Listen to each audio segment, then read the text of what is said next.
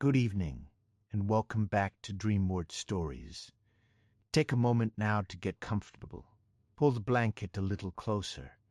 Let your hands rest, and allow your breathing to become slow and easy. There is nothing you need to solve right now, nothing you need to hurry toward. For the next little while, you can simply listen. This is a quiet place for long, calming bedtime stories made for adult listeners. Here, we wander through misty villages, candlelit rooms, forgotten roads, old libraries, distant kingdoms, and gentle mysteries that slowly soften into sleep. If you feel like it, leave a comment telling us where in the world you are listening from tonight. It is always comforting to imagine all the quiet rooms gathered together beneath the same story. And if this story helps you relax, a like and a subscription are gentle ways to support the channel and find your way back for more. Now, let your eyes grow heavy. Let the night become kind. And let us begin. Tonight, we enter the ancient city of Aurelian. The great library rises above the rooftops, like a quiet dream of stone, candlelight, and moonlit glass. In its oldest wing, the books do not simply rest on their shelves. They sleep, and when night settles over the city, they begin to dream in soft whispers of vanished kingdoms, forgotten gardens, rain on windows, bells from towns beneath the sea, and worlds that no longer exist except in memory. Mira, a gentle librarian who cares for forgotten books, is about to hear something no dreaming book has ever whispered before. The name of her childhood home, a house with blue shutters, a fig tree beside the kitchen door, a little bell that once rang whenever the garden wind moved through it. And as one small gray book begins to glow with memories Mira thought she had carefully folded away, she will discover that some stories do not only wait to be cared for. Some stories have been caring for us all along. And so, beneath the moonlit windows of the oldest wing, our story begins. No one in the ancient city remembered when the books in the oldest wing first began to dream. There were theories, of course. In Aurelian, there were always theories. The city had stood for so many centuries, beside its silver river, that even the stones seemed to have opinions. Old men discussed legends over tea in the morning markets. Scholars argued gently beneath colonnades. Children traded half-true stories in the shadow of fountains carved with moons, birds, and sleeping lions. Some believed the books had begun dreaming during the age of Lantern Kings, when the first librarians were said to have collected stories not only from people, but from rain, firelight, and winter wind.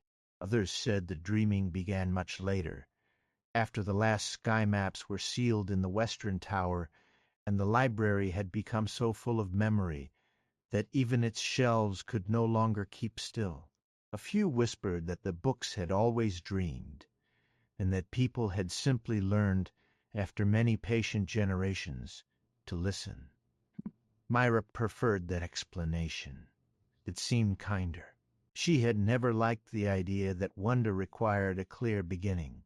Some things, she felt, became true gradually, the way a room becomes warm after a fire is lit, or the way dawn enters a window so softly that no one can name the exact moment darkness leaves. By the time Mira came to serve in the great library of Aurelian, the dreaming books were not considered unusual. Not exactly. They were treated with respect, with caution, and with the particular politeness that librarians reserve for old things that had not yet decided whether they wished to be understood. They slept through the day in the oldest wing, high above the public reading rooms, where candle smoke had darkened the beams and moonlight touched the windows before it touched any other part of the library. But at night, after the final bells had rung and the last reader had gone down the hill into the sleeping city, the books began to murmur. not loudly, never loudly. A dreaming book did not speak like a person. It whispered like pages turning in another room. It sighed like wind moving through grass, no longer growing anywhere in the world. It hummed in lost languages, breathed out the scent of vanished gardens, and sometimes, on very clear nights, let fall a single sentence from a kingdom that no map had remembered for 1,000 years. Mira had heard them often. She had heard the reign of countries that had become desert. She had heard bells from towns now lying beneath the sea. She had heard children laughing in a courtyard of blue stone from a city whose name existed only in the margin of one broken atlas. She had heard ships creaking softly in harbors where no water remained. The dreams were never frightening. They were only old, old and tender, full of the ordinary sounds that worlds leave behind when their towers fall, their roads fade, and their names become difficult for the living to pronounce. A cup set down on a table, a door opened before supper, a woman singing while folding linen, a cartwheel passing over wet stones, someone calling someone else home. That was what the oldest books dreamed about most. Not battles, not crowns, not the grand speeches historians wrote down with careful ink. They dreamed of kitchens, gardens, thresholds, bells, rivers, and hands. They dreamed of all the small things that proved a world had once been loved. Mira knew this because she listened. She was a quiet librarian, one of the keepers of the western stacks, and her duty was to care for forgotten books. Not rare books, though some were rare. Not valuable books, though many were worth more than any jewel in the lower market. Forgotten books were their own category in the great library. They were books that had slipped out of use, or lost their proper labels, or been shelved in the wrong wing so long ago that no one living knew where they belonged. Some had been donated by families who did not know what they carried. Some had arrived by ship wrapped in oilcloth and salt. Some had been discovered behind walls, under floorboards, in locked chests, or once in the roots of a tree that grew through the roof of an abandoned observatory. Mira cared for them all. She brushed dust from their covers with a badger hair brush. She mended torn pages with paste as thin as breath. She warmed stiff bindings near a low flame. She wrote new catalog cards in dark blue ink, and slipped them into drawers that smelled of cedar and old rain. She did not hurry them. This was important. Some books, particularly forgotten ones, disliked being hurried. They had already waited a long time. They did not always understand why human hands became impatient after only a few minutes. Mira understood waiting. Not in a sad way. She had simply become familiar with quiet years. She lived in a small room in the librarian's residence, on the northern side of the library, where one window looked down on a courtyard with a stone well and another looked toward the city roofs. Her room held a narrow bed, a writing desk, a washstand, 3 shawls, 7 teacups, and more books than the residence rules technically permitted. Each morning she woke before the first bell. She dressed by lamplight, braided her dark hair, wrapped herself in a gray wool shawl, and walked through the inner corridors, while the library still belonged to dust, flame, and sleeping paper. The corridors at that hour were her favorite part of the day. Before readers arrived, before questions began, before apprentices hurried past with stacks of returns, the library seemed to breathe in its sleep. Candles floated in glass bowls along the ceiling. The marble floors held the coolness of night. Somewhere far above, the chain of a moving shelf would sometimes give a soft bronze note. In the eastern gallery, dawn slowly found the windows and turned the tables pale gold. But the western wing remained darker for longer. It faced the moon's road, not the sun's. To reach it, Mira passed through the hall of catalogues, under arches carved with ivy and stars, and along a corridor of black wood, where every footstep sounded softer than it should. At the end of that corridor stood a door made of old oak, though the tree it came from had vanished before the city had a name. Above the door, carved into the lintel, were the words, "What is forgotten is not always gone." Mira touched those words every morning. She did not know when she had begun. Perhaps on her first day, when Master Ivan, the elderly librarian who trained her, had placed her hand there and said, "Read the wing properly. It notices manners." Perhaps later, after she had worked there long enough to feel that the western stacks were not simply rooms, but a presence. Either way, the gesture had become part of her life. Touch the words, open the door, step inside quietly. The oldest wing was enormous, though from outside the library there was no sign that such a space could exist. It rose higher than the outer towers, and sank deeper than the hill's foundations. Shelves climbed toward shadowed balconies. Spiral staircases curved around pillars of pale stone.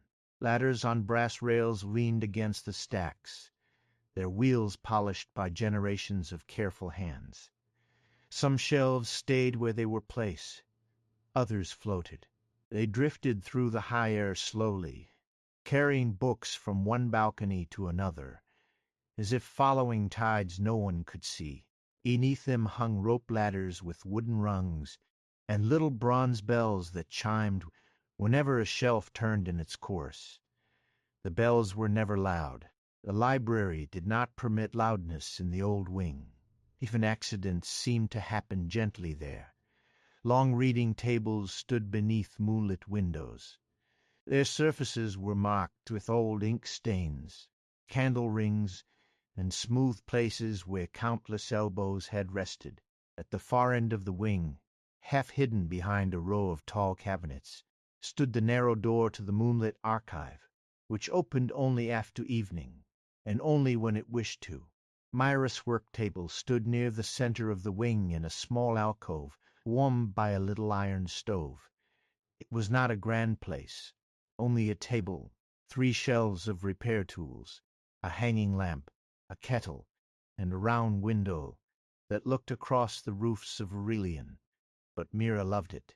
She loved the steady smell of wax, leather, thread, old paper, and tea. She loved the way the stove clicked softly in winter. She loved the drawer where she kept strips of linen sorted by weight, and the chipped blue saucer where she placed loose buttons, pressed flowers, scraps of ribbon, and other things found between pages. Forgotten books often carried small passengers, a train ticket, a lock of hair tied with green thread, a list of groceries written in a hurried hand, a child's drawing of a cat, a pressed leaf from a tree that might no longer exist. Mira saved them all. She believed anything kept inside a book had once mattered to someone, even if no one else knew why.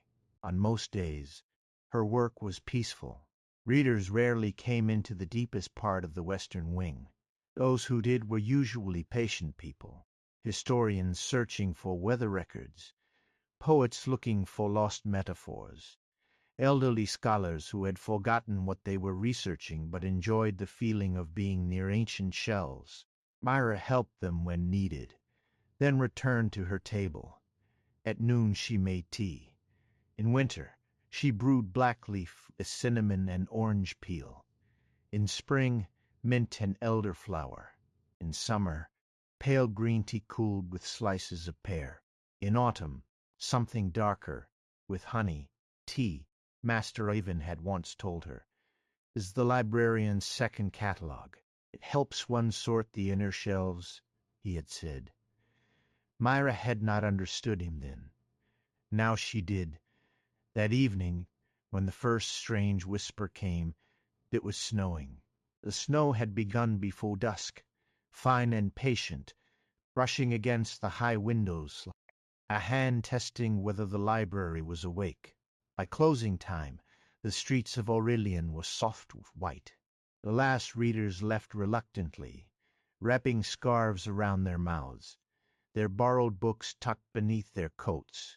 The assistant at the front desk lowered the entrance lamps. Somewhere below, the great doors closed with a deep wooden sigh. Mira remained in the western wing. She often did. There was a comfort in the library after hours that she had never found anywhere else. Without the living voices, the quieter voices of the building emerged. The soft tap of cooling pipes, the settling of shelves, the breath of old bindings, the faint ring of distant bells marking the hour for rooms no visitor ever saw. She carried a stack of repaired books through the oldest wing, returning each to its place. A book of river customs went to the third shelf above the blue ladder. A cracked volume of star names went back beneath the eastern balcony, where it preferred to face the window. A thin book of lullabies from the vanished province of Hemila lay beside a box of silver tuning forks, because it slept better near music. Mira moved slowly. The candle in her hand burned with a steady amber flame. Snow tapped the glass. High overhead, one of the floating shelves drifted past, its little bell giving 3 quiet notes as it turned. The dreaming books had already begun to murmur. At first, the sound was as it always was, soft, layered, almost beyond language. A marketplace closing at dusk, rain on roofs, the low singing of a woman whose words Mira did not understand, a river moving over stones, somewhere the hush of wings. She climbed a ladder near the moonlit windows to return the star-name volume to its proper place. The ladder was old but trustworthy, with polished wooden rungs and brass wheels that held firmly to the rail. Mira carried the book against her chest, climbed 8 steps, and reached toward a narrow space between 2 heavy astronomical records. That was when she heard it, not from the star book, not from the shelves around her, from somewhere just above, a whisper, Brindle House. Mira's hand went still. The name was so soft that for a moment she thought she had imagined it. The old wing was full of half-words at night. Dreaming books spoke in fragments. Names drifted there sometimes, like ash from a fire long gone cold. But this name did not belong to a lost kingdom. It did not belong to a ruined city or a forgotten island. It belonged to a small house with blue shutters, sloping roof, and a fig tree beside the kitchen door. It belonged to Mira. She had not heard it spoken in many years. Slowly, she placed the star-name volume on the shelf. Snow moved against the window beside her. The candle flame bent toward the upper shelf, though there was no wind. Again the whisper came, Brindle House, and beneath the name came a sound, a little bell, not one of the library bells, not the deep hour bell from the central tower, nor the bronze shelf bells, nor the tiny chime that sounded when a book returned itself late. This was smaller, clearer, a kitchen bell, stirred by a garden breeze. Mira knew that sound. At Brindle House, it had been a bell above the back door, tied to a blue ribbon.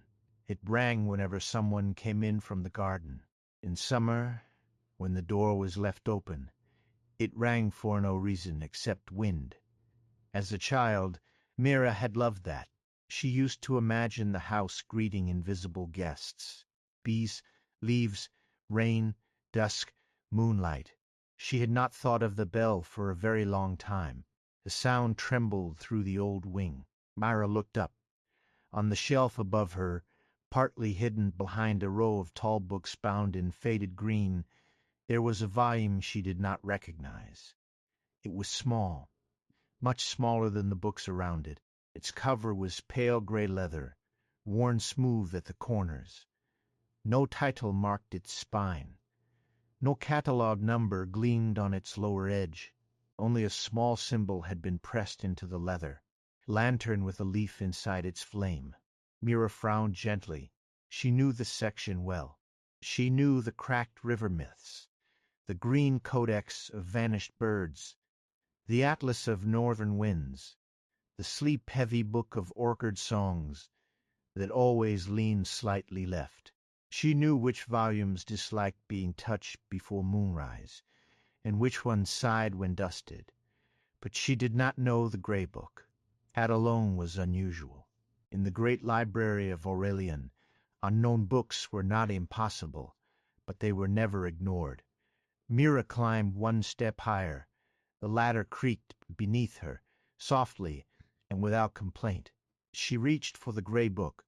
Before her fingers touched it, the cover warmed, not hot, not alarming, warm like a cup of tea held between two hands. Mira paused.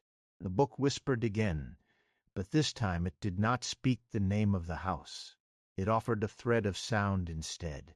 Rain running from roof tiles, the scrape of a chair on a kitchen floor, a hush of leaves outside an open window, and the creak of the third stair. Mira closed her eyes. Brindle House had possessed 17 stairs from the kitchen hall to the upper landing. The third stair creaked in all seasons, no matter how carefully one stepped. As a child, Mira had tried many times to avoid waking it. She had learned to place her foot on the far left edge, then the far right, then to skip it entirely. Nothing worked. The stair announced her every time. Her father had said the house liked to know where she was. Mira opened her eyes. The Grey Book waited. Around her, the other dreaming books continued their gentle murmuring. But the sound seemed farther away now, as if the whole wing had made a quiet circle around this one shelf, this one ladder, this one impossible name from a life Mira had carefully folded and placed deep inside herself. She took the book down. It came easily into her hands. A little dust lifted from the shelf and shimmered in the candlelight. Mira climbed down slowly, one run at a time, holding the gray volume against her chest. Warmth of it passed through her shawl. By the time her feet touched the floor, she could feel her own heartbeat moving more slowly, as though it had begun to listen too. She carried the book to the nearest reading table beneath the moonlit windows. Outside, snow fell over Aurelian. It softened the rooftops, gathered on the shoulders of statues, and blurred the narrow lanes that wound down toward the river. Lamps glowed behind glass in the houses below. The city looked old and kind and far away. Mira set the Grey Book on the table. For a moment, nothing happened. Then a thin line of ink appeared across the cover. It glowed faintly gold. The line curved, divided, and became a path. Another line rose beside it, blue as evening. A gate, then a square of garden, then the outline of a house. Mira sat down without meaning to. The drawing continued. A sloping roof, 2 windows, roof shutters, a kitchen door, a fig tree leaning over the path. A little lantern and leaf symbol glowed at the center of the cover, and around it the image of Brindle House, deepened until Mira could almost smell wet stone and warm bread. She placed one hand flat on the table. The old wood beneath her palm was solid. The library was solid. The snow, the windows, the candle, the stacks, the sleeping city beyond them, all real. And yet the book was dreaming of a place from her childhood, not a lost civilization, not a vanished kingdom, a house that had stood beside a narrow lane in a small river town, far beyond the western hills. A house her family had left when she was 17, a house she had not visited in 23 years. Mira had not avoided remembering Brindle House because it was painful. Not exactly. It had been a gentle place. That was the trouble. Its memory had edges too soft to defend against. If she thought of it too deeply, ordinary hours became fragile for a while. She would begin remembering the smell of flour on her mother's sleeves, way rain gathered in the barrel by the door, the blue bowls stacked on the kitchen shelf, The fig tree where she had read on summer afternoons, the small bed beneath the eaves, the sound of the river when the windows were open at night. She had built a good life in Aurelian, a quiet, useful life. She did not want to spend it longing for a house that had gone on without her. So she had folded the memories carefully, not thrown them away. Never that, only folded them and placed them where they would not interrupt her work. Now the book had unfolded one. On its cover, glowing ink moved through the drawn windows of Brindle House. A light peered inside. Mira's breath caught, but only slightly. The book whispered the kitchen bell again. Then words began to form beneath the drawing. At first, the script was unfamiliar, all loops and small branching lines like vines. Mira leaned closer, expecting to recognize some ancient language from the Western catalogues. But as she watched, the letters shifted, the loops softened, the branches straightened, the words became ones she could read. A place that was loved may dream its way back. Mira did not touch the cover. The sentence glowed steadily. Snow fell. Somewhere in the old wing, a ladder settled with a quiet wooden sigh. Mira looked around, half expecting another librarian to appear, or Master Ivan's remembered voice to explain what she was meant to do. Master Ivan had been gone for several winters, and the wing held only shelves, sleeping books, candlelight, and the soft patience of the library at night. So Mira did the only thing that felt right. She spoke to the book. "Why are you dreaming of my house?" Her voice was barely more than a whisper. The gray book did not answer. Books rarely answered directly, even dreaming ones. Instead, the glowing image changed. The house faded until only the fig tree remained. Its branches spread across the cover in green gold ink, each leaf slowly brightening, then dimming, as if stirred by moonlight. Mira remembered sitting in that tree with a book on her knees. She remembered the rough bark beneath her legs, the warm weight of afternoon, the bees moving through lavender below. She remembered turning a page with one hand while holding a pear in the other, and the juice running down her wrist. She remembered feeling certain, in the absolute and wordless way children can feel certain, that books were not objects, but doorways that had agreed to stay small enough to carry. The memory came so clearly that she could almost taste the pear. Then the fig tree faded. A new image appeared. A little lending room with two shelves, a round desk, and a woman sitting by the window mending a book. Mira leaned closer. The woman's face was not clear. Dreams rarely gave faces all at once, but Mira knew the tilt of her head, the gray shawl over her shoulders, the hand smoothing the spine of a book with patient care. Miss Alwyn, the librarian from the town where Mira had grown up, the first person outside Mira's family who had ever listened seriously when Mira spoke about books as though they were alive. Mira had not thought of her in years. The image faded before she could follow it. In its place appeared the lantern and leaf mark again. The gray book gave one soft rustle. Then it closed itself. The warmth left its cover slowly, like heat fading from a stone after sunset. Mira remained seated at the reading table. Her candle burned low beside her. Snow continued to brush the windows. The old wing murmured with the dreams of distant, vanished worlds. But now those dreams seemed to include something nearer, something personal, something that had stepped quietly from the shelves and placed itself in her hands. She looked at the closed book. No title, no catalogue number, only the lantern with the leaf inside its flame. A listening symbol, perhaps, memory mark, or something older. Mira did not know. And because she did not know, because the mystery was soft but unmistakable, she wrapped the gray book in a clean cloth and carried it back to her repair alcove. The little stove still held a red glow. The kettle sat on the iron ring beside it.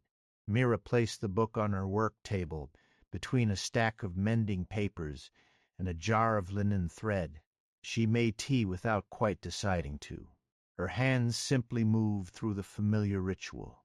Water, leaves, honey, the brown clay cup with the blue rim. The tea steamed, the alcove window clouded with warmth. For a while Mira only sat. The book lay before her, small and quiet, looking almost ordinary now. That the ordinary appearance did not comfort her as much as it might have. She had worked with forgotten books long enough to know that some of the deepest enchantments looked plain when they were resting. At last she opened the lowest drawer of her table and removed a blank catalogue card. On it, in careful blue ink, she wrote, "Untitled, gray volume, pale leather binding, mark, lantern, containing leaf, found among dreaming books, western wing, uncatalogued, dream content, Brindle House, East Brindle, personal relevance, unknown." She paused over the final words. Personal relevance, unknown. That was not entirely true.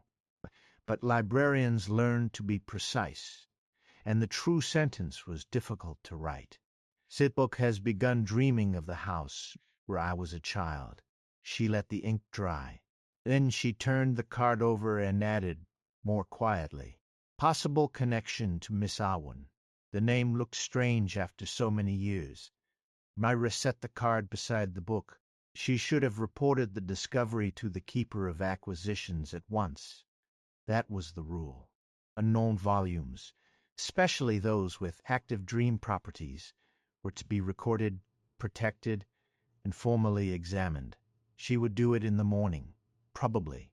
For tonight, she felt the book should remain where it was, in warmth, nearty, beneath a window, with someone who would not ask too much of it too quickly.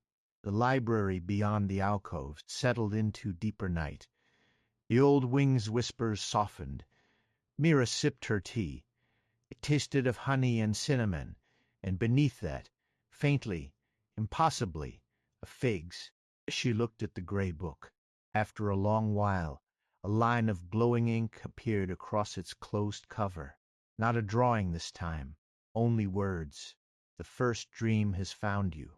Mira read the sentence once, then again. Outside, the quiet bells of Aurelian began to mark midnight, one note after another, slow and silver through the snow. The gray book gave the smallest sigh. And in the oldest wing of the great library, while the sloping shelves drifted overhead, and the moonlit windows watched the winter city, Mira understood that this was not the end of a memory returning. It was the beginning of the door opening. Mira did not sleep much that night. Not because she was frightened. Fear had not entered the room, not truly. The gray book had not threatened, startled, or demanded. It had only whispered of a house, drawn a path in glowing ink, and written one sentence that now seemed to rest inside the quiet of the alcove, like a candle that had not gone out. "The first dream has found you." Mira read it once more before the ink faded. Then she sat beside the little stove until the last bell of midnight had finished moving through the library walls. The old wing settled around her. The dreaming books softened into deeper murmurs. The floating shelves above the far aisles drifted more slowly, their small bells no longer chiming, as if the shelves themselves had grown drowsy. At last Mira rose. She did not take the gray book to her room. She considered it briefly, then decided against it. There were rules about removing unexamined enchanted volumes from the library proper, and although rules were not always wise, this one felt sensible. Instead, she prepared the alcove as carefully as she would have prepared a bed for an exhausted traveler. She placed the gray book on a folded square of repair cloth beside the stove, not too near the heat. She set the catalogue card beneath a small brass weight, so it would not curl as the ink dried. She lowered the lamp, covered her jars of paste, and drew the alcove curtain halfway closed, leaving just enough space for moonlight to enter through the round window. Then, because it seemed discourteous to leave without saying anything, she placed her hand lightly on the table beside the book. "Rest well," she whispered. The gray cover gave no answer. Up the lantern and leaf mark warmed for one brief breath beneath the dim light. Mira walked back to the librarian's residence through corridors that felt longer than usual. The library after midnight was not empty. It never was. It was simply occupied by quieter things. Cooling stone, watchful doors, the faint rustle of pages remembering hands, the low movements of shelves where no one could see them. In her room, Mira loosened her braid and sat on the edge of her bed without lighting the second lamp. Snowlight filled the window. The courtyard below lay white and undisturbed around the stone well. A thin line of smoke rose from the chimney of the kitchen house. Beyond the courtyard roofs, the city of Aurelian rested under winter, its towers softened, its bells asleep. Mira lay down. For a while, every time she closed her eyes, she saw the glowing outline of Brindle House on pale gray leather. But later, as sleep came at last, the image changed. She dreamed not of the house itself, but of a shelf, a narrow shelf in a room she did not recognize. It stood beneath a moonlit window and held only three things: a blue cup, a folded letter, and a small brass key tied with green thread. The key rang once, softly, though nothing touched it. When Mira woke, the first bell of morning had already sounded. The snow had stopped. Pale light stood in the room, clear and blue, and for several moments she remained still beneath her blanket, holding the dream gently in mind, so it would not scatter. A shelf, a letter, a key, green thread, not Brindle House, something new. She rose, dressed quickly, and went down before breakfast. The library was beginning to wake. In the lower corridors, apprentices moved quietly with baskets of kindling lamp oil. A junior clerk yawned over a tray of returned books. Somewhere in the public hall, the entrance doors were being swept clear of snow. The morning carried the smell of wet wool, cold stone, and bread from the staff kitchen. Mira took only a piece of brown toast wrapped in cloth, and a cup of tea she did not finish. The western wing waited in its usual shadow. She touched the carved words above the door. What is forgotten is not always gone. For the first time in years, the sentence felt less like a proverb and more like an instruction. The gray book was where she had left it. It lay on the folded cloth beside the stove, plain and quiet, its cover cool now. A catalog card remained beneath the brass weight. No new writing glowed, no dream sound rose from its pages. In morning light, it looked almost too small to have disturbed an entire night. Mira stood looking at it for a moment. Then she went to work. Not her ordinary work, though she tried to keep the movements ordinary. She opened the stove vent, trimmed the lamp, filled the kettle, and laid out her repair tools in their usual order.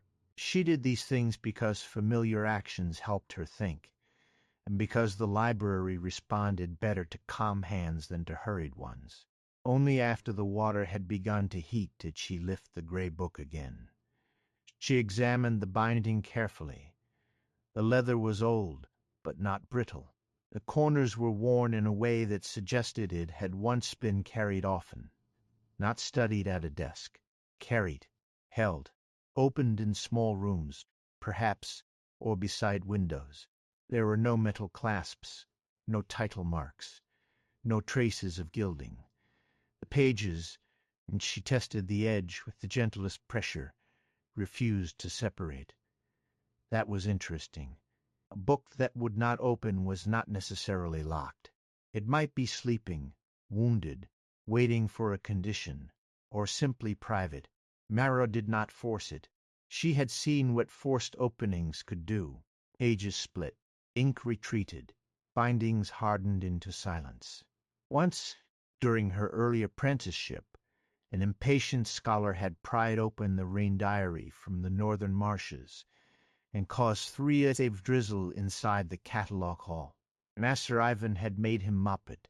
Mira placed the gray book back on the cloth and copied the lantern and leaf mark onto a fresh sheet. Then she went to the hall of catalogues. The hall was already alive with morning activity. It rose through 3 levels beneath a ceiling painted the color of old parchment. Cabinets lined the walls in long, orderly rows. Each cabinet held hundreds of narrow drawers, and each drawer held cards. The cards recorded the librarian's memory of itself, or at least the part of that memory willing to fit inside ink and oak. Floating index globes moved through the air above the central desks, glowing faintly as librarians whispered search terms to them. A young assistant stood on a rolling ladder, replacing misfiled cards with an expression of wounded dignity. At the far end, a clock with no hands hummed quietly, keeping time for rooms that did not follow the same hour as the city. Mira rarely felt rushed in the hall of catalogues. Today she did not feel rushed, exactly, but she felt alert, as if some inner bell had begun ringing on a note only she could hear. She started with the obvious drawer. Symbols, lanterns. There were many lantern marks in the librarian's records. Lanterns with stars, lanterns with wings, lanterns with eyes, lanterns held by saints, sailors, kings, pilgrims, ghosts, gardeners, and once a species of highly literate moth from the southern archives. She found no lantern containing a leaf. She tried symbols, leaves, too many. Leaves appeared on herbals, forest maps, family histories, books of weather, books of prophecy, and poetry collections, written by people who had spent too much time beneath trees. She narrowed the search by adding light, flame, vessel, and dream. Still nothing. Next, she searched for Brindle House. The drawer hesitated before opening. That was never encouraging. When a catalogue drawer hesitated, it usually meant either the requested term was obscure, misremembered, or emotionally complicated. Mira waited with her hand on the brass pull until the drawer released itself with a reluctant click. Inside were only 4 cards. Brindle, East. Road surveys. Brindle, East. Municipal lending room. Brindle House. Private residence. Unclassified. Brindle River. Seasonal flood records. Mira took out the card for the municipal lending room. It contained dates, transfer notes, and a small red mark meaning that part of the record had been moved elsewhere. Lending room had closed 21 years earlier, after the town road was widened and the district archives consolidated smaller collections. Several volumes had been transferred to Aurelian. Her eyes moved down the card. Custodian. Alwyn Marr. Miss Alwyn had a surname. Mira had known it once. Perhaps. Or perhaps she had been too young to care about surnames. In memory, the old town librarian had simply been Miss Alwyn, with her gray shawl, peppermint sweets, and patient hands. Mira touched the name lightly. Alwyn Marr. The card did not warm, glow, or change. That was almost disappointing. She copied the information into her notebook and returned the card. Then she checked Brindle House. Private residence, unclassified. The card held almost nothing. A location, a sale record, a note that the house had once bordered the lane behind the lending room. At the bottom, in handwriting older than the rest, someone had written, "See remnants. Domestic, unshelved."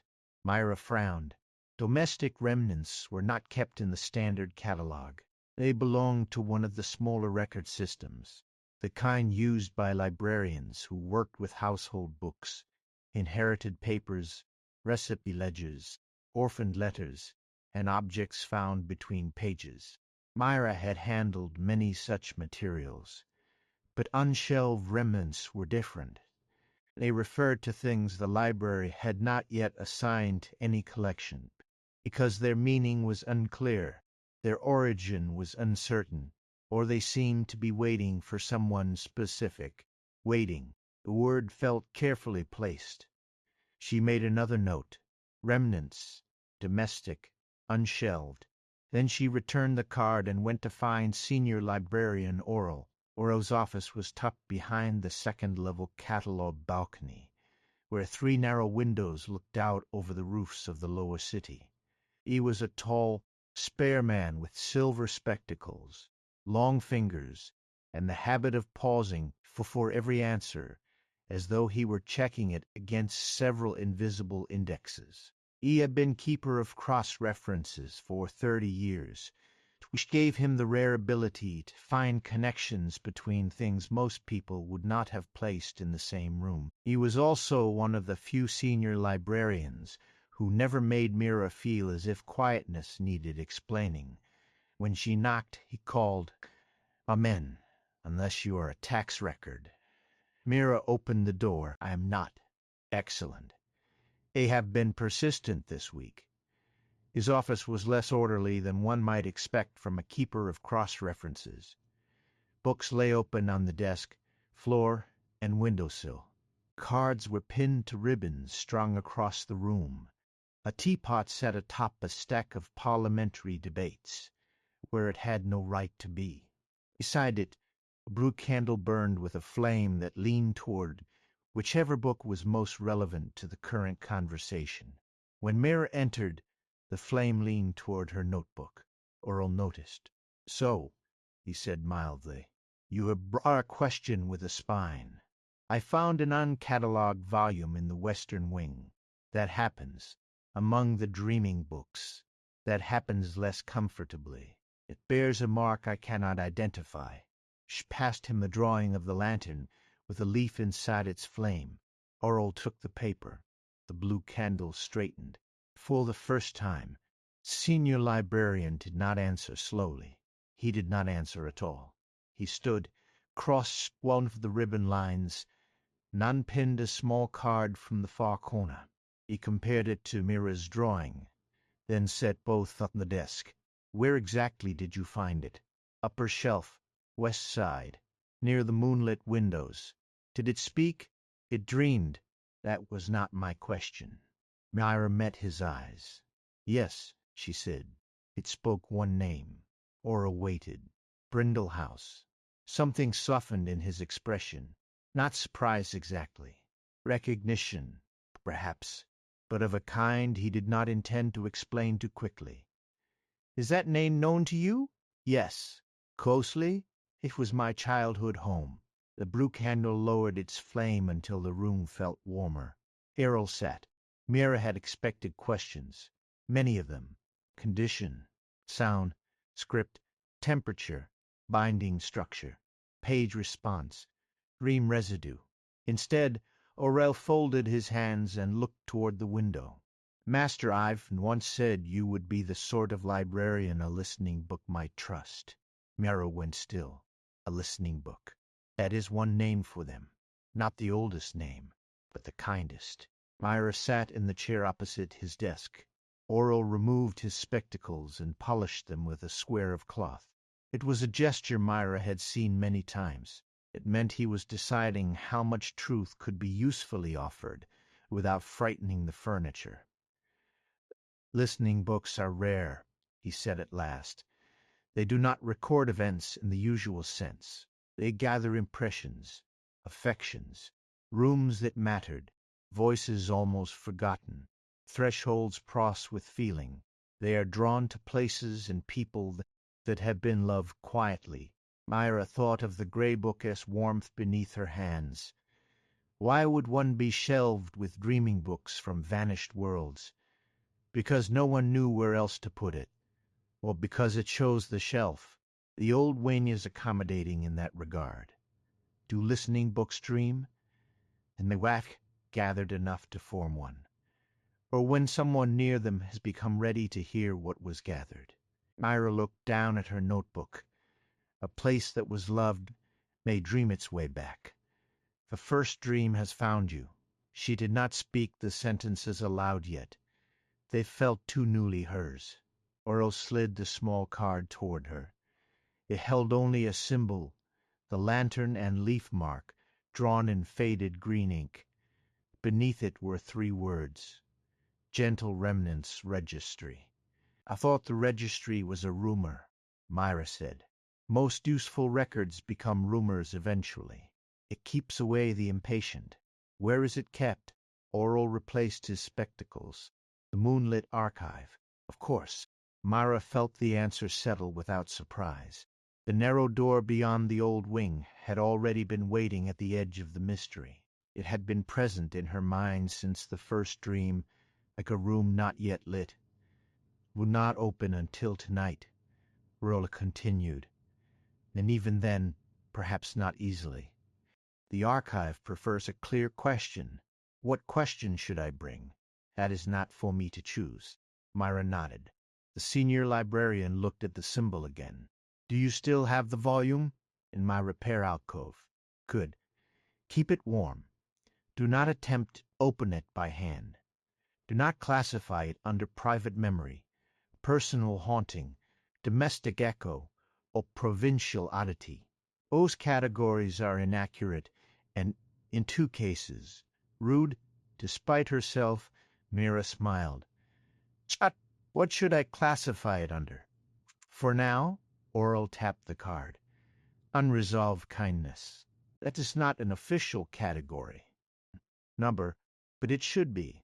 He grew quiet, then added, There may be a transfer note somewhere from East Brindle. He found when Mar sent the book here. She may have written something outside the standard records. She was known to some of the older librarians. Mira looked up. You knew of her only through correspondence. Even knew more. He admired her judgment. Mira felt the old lending room flicker in memory. 2 shelves, a round desk. This all when mending by the window. What happened to her? Aurel's expression remained gentle. I do not know, but if she entrusted a listening book to this library, she likely understood its nature. Look in the remnants records before evening. The domestic unshelved index may point you toward whatever arrived with the volume. Mira rose. Thank you. Wait. Aurel opened a drawer and removed a small green thread tied in a loop. Mira recognized it at once from her dream, though she did not say so. If the moonlit archive opens and you find a record bound or sealed, use this. It is not a key, more of a courtesy. He placed the thread in her palm. It was warm. Courtesy to whom? Mira asked. To whatever is still waiting politely. Mira closed her fingers around the thread. For the rest of the day, ordinary work continued around the mystery like water flowing around a stone. Readers came. Books were requested. A scholar misplaced his notes inside a dictionary of obsolete bird calls, and had to apologize before the dictionary would return them. An apprentice named Tessa, who was still new enough to ask direct questions, brought Mira a torn volume of household charms and asked whether soup stains counted as damage or provenance. Both, Mira said. Tessa considered this with great seriousness. Should I clean them? Not if they are old. How old? Old enough to have become part of the book as memory. Tessa nodded and wrote that down. Mira watched her return to the workbench, young and earnest, with ink on her sleeve and a frown of concentration. For a moment she remembered herself as an apprentice, standing beside Master Ivan, learning how to turn pages that might resent being woken. The memory did not lead backward this time. It simply warned the present. At noon, Mira took her tea to the small records room beneath the West Catalogue balcony, where domestic remnants were kept. The room was low-ceilinged and smelled of cedar, lavender, and dust. Unlike the Grand Catalogue Hall, It contained no towering cabinets or floating globes. Its records lived in humble boxes, cloth folders, narrow drawers, and ledgers with labels written by many hands across many years, household fragments, unclaimed letters, recipes with unknown origin, objects found in bindings, private maps, domestic remnants, unshelved. Mira found the last drawer near the bottom of a cabinet that hummed faintly when opened. Inside were envelopes tied with string. She searched by town first. East Brindle. There were only 2 envelopes. One contained 3 pressed flowers, a broken spectacles case, and a note about a family prayer book damaged by mildew. The other was marked East Brindle Lending Room Transfer, anomalous domestic volume. Custodian note enclosed. Mira sat at the small table. Her hands were steady, but she moved slowly. Inside the envelope lay a transfer slip, a list of books, and a folded letter sealed with plain wax. The seal had been broken long ago, then carefully preserved. The handwriting on the front was elegant, but slightly uneven. For the librarian, who receives the gray listening book. Mira unfolded it. The letter was brief. To whomever cares for this volume next. It may appear blank. It is not. It may appear lost. It is waiting. This book was first kept in the East Brindle Lending Room. Oh, I do not believe it began there. It came to us without title, wrapped in cloth, left on the sill after a night of heavy rain. For many years it opened for no one. Then a child began to sit beneath the lending room window and read aloud to herself from borrowed books, and the gray volume moaned whenever she came near. Mira stopped reading. The records room seemed suddenly very quiet. She knew, before continuing, who the child was. The letter went on. I do not think the child knew. That was well. Children should not be made responsible for every gentle magic that notices them. Over time, the book gathered traces of the places she loved. The room, the lane, the house with the fig tree, the bell above the kitchen door, and other things I did not pry into. Listening books must never be pried into. They are not traps for memory. They are shelters. When the lending room closes, I cannot take the volume with me. My hands are not as steady as they were, and my road leads elsewhere. I send it to Aurelian because the great library has rooms large enough for patient things. Please do not catalogue it as blank. Please do not shelve it among curiosities. If it begins dreaming, let the dream be heard by the one it seeks, if that person can be found. The letter ended there, not with a signature. The lower corner had been torn away, not carelessly, but along a crease so old the missing piece might have separated in transit. Only the beginning of a final line remained. Tell her, if she ever, then nothing. Mira sat back. Around her, the low records room held its cedar-scented hush. Dust moved slowly in a shaft of winter light from the small window. Somewhere above, in the main hall, a shelf bell chimed. Life in the library continued. Footsteps, pages, distant voices, the mild clatter of someone setting down a stack of books too quickly, and then apologizing. Mira read the letter again. This time she did not linger on Brindle House. She lingered on the missing line. Tell her, is she ever what? Returned? Asked? Remembered? Needed rest? The torn edge revealed nothing. Mira searched the envelope again. No missing piece. No signature. No extra note. Up at the bottom of the transfer slip, beneath the official stamp, someone had written a small direction in pale ink. Moonlit Archive. Registry of Gentle Remnants. Shelf response required. Shelf response. Not a shelf number. A response. Mira folded the letter carefully and placed it back in its envelope, though not before copying the visible words into her notebook. She held the envelope a moment longer than necessary. Miss Alwyn had known, not everything perhaps, but enough to send the book onward with care, enough to protect it from being dismissed as empty, enough to keep Mira, even unnamed, from being turned into a curiosity in a catalogue. Children should not be made responsible for every gentle magic that notices them. Mira felt unexpected gratitude move through her, soft and deep and a little late.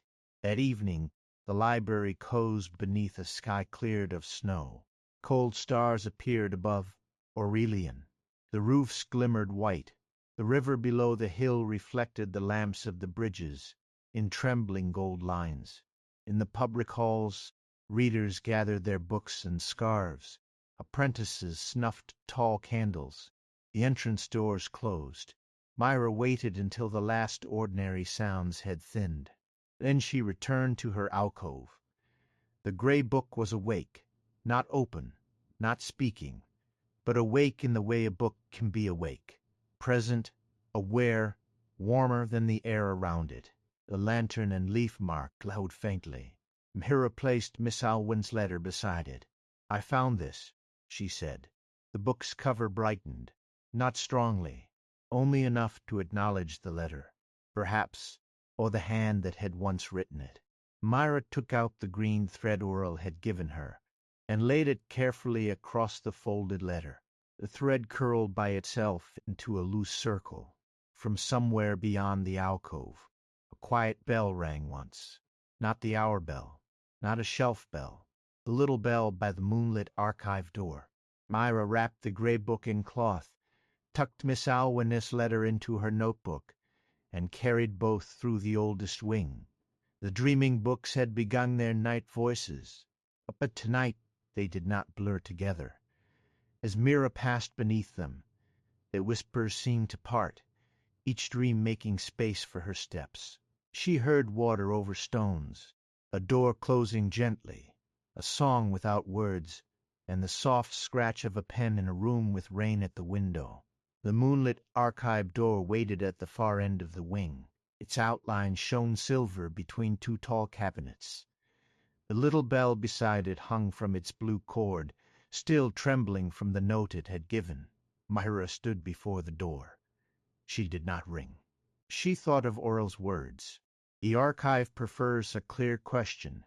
She held the gray book against her chest and asked quietly, what was the gray book made to remember? The silver outline brightened. The door opened inward.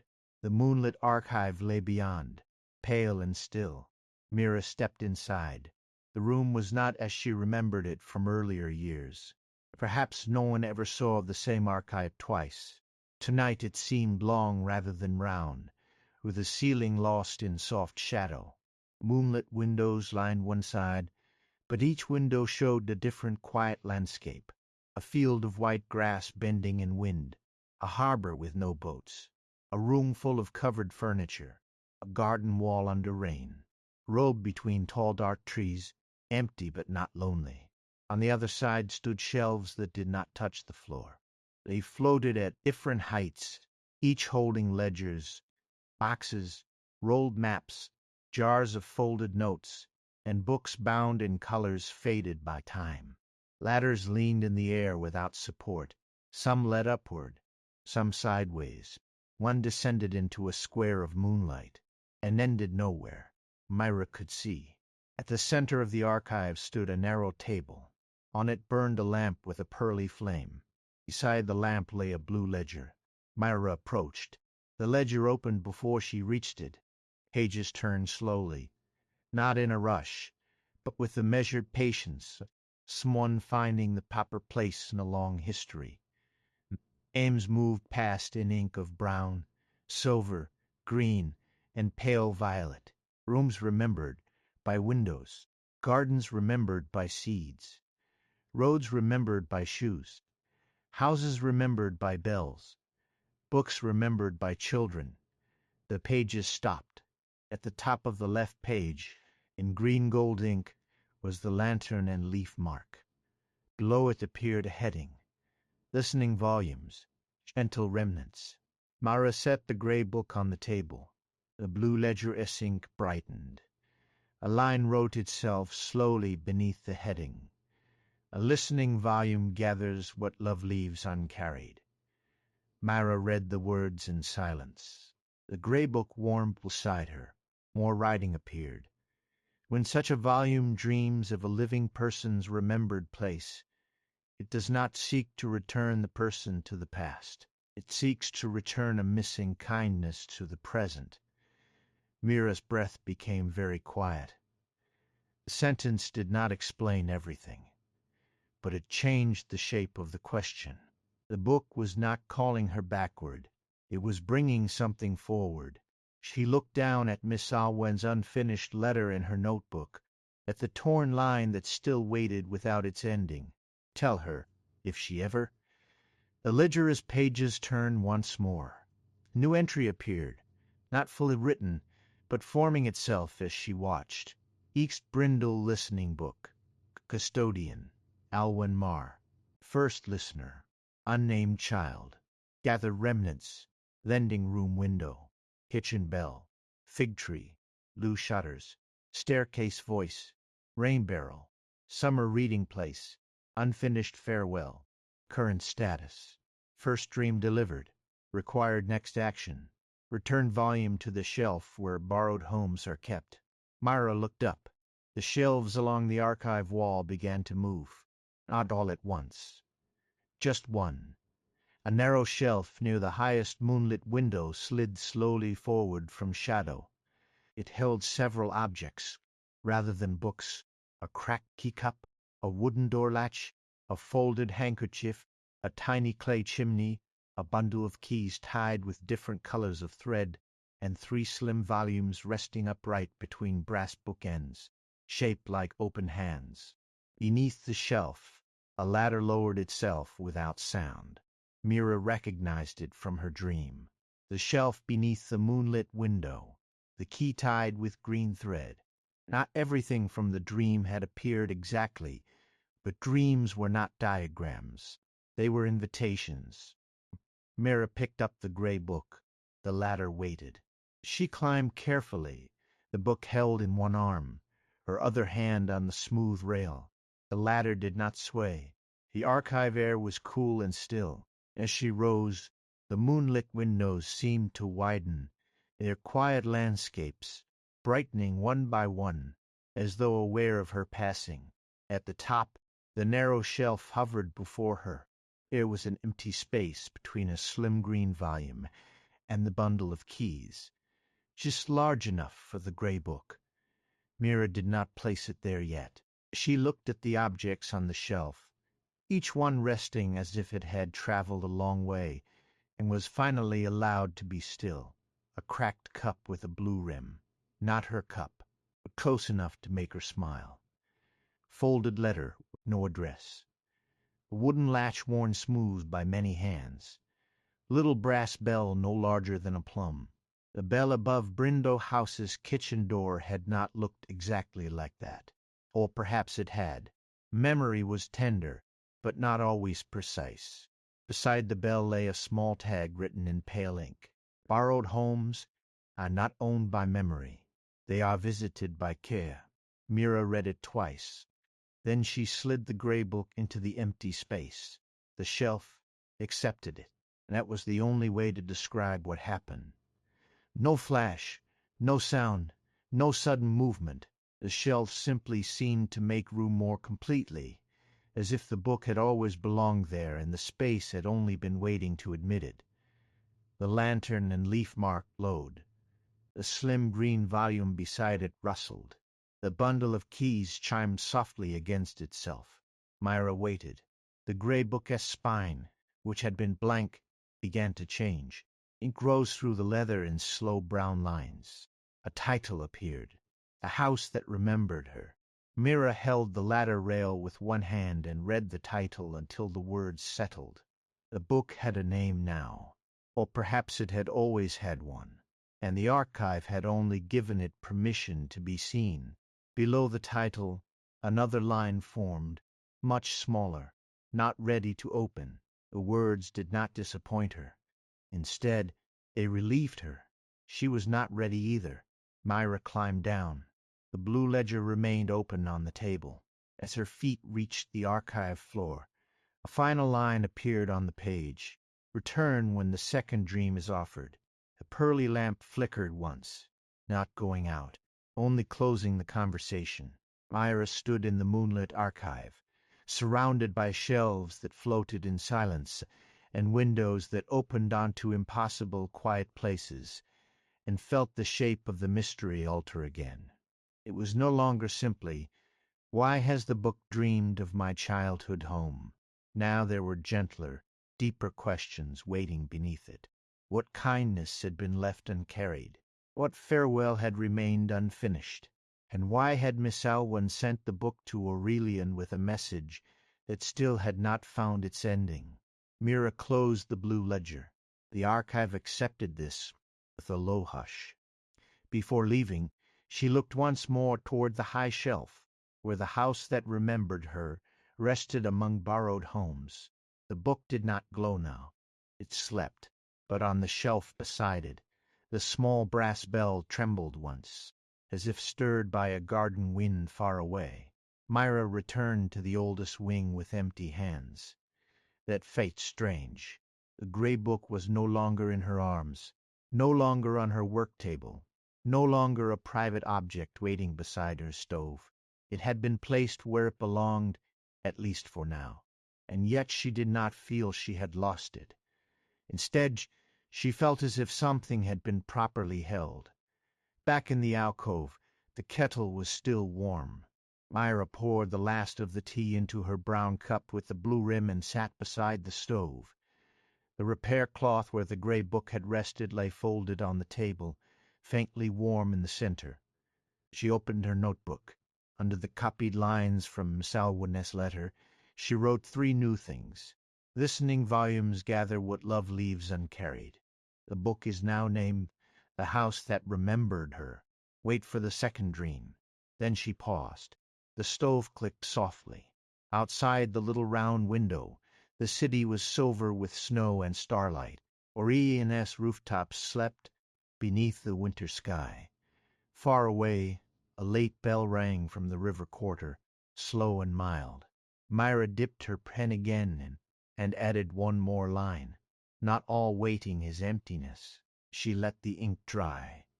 Then she closed the notebook, wrapped both hands around her tea, and sat quietly as the oldest wing dreamed around her. There was nothing else to do that night, nothing to force, nothing to solve by cleverness.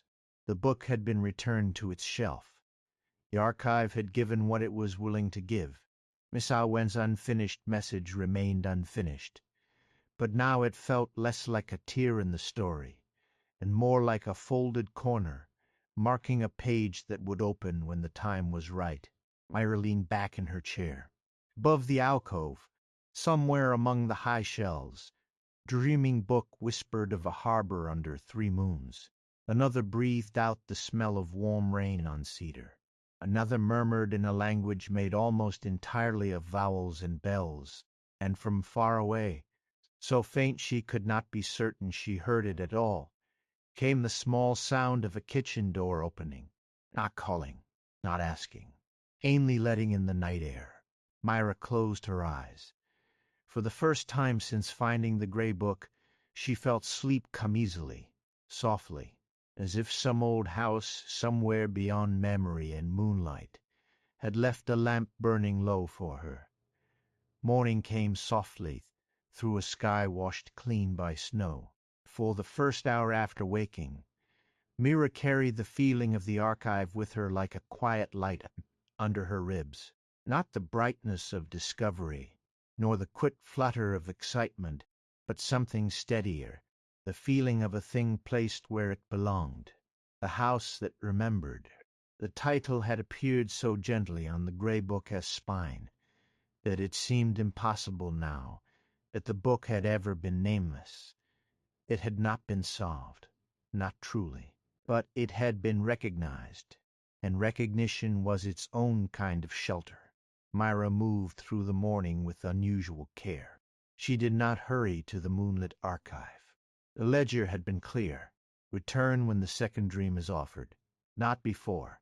Not by force. So she kept away from the archive door. Oh, she passed near it twice during her rounds. Then once she thought she heard, from behind the closed wood, the faintest sound of keys touching one another in sleep. She did not stop. Instead, she tended to the work that belonged to the day. There was a book of coastal prayers whose pages had begun to curl toward the sea, though the sea was many days away. There was a farmer's almanac from the northern valleys that had sprouted a single green shoot through its cracked backboard. There was a collection of old theater notices that applauded whenever anyone opened the cover, which was charming for the first 3 minutes and distracting thereafter. Mira mended, softened, dried, waited, and listened.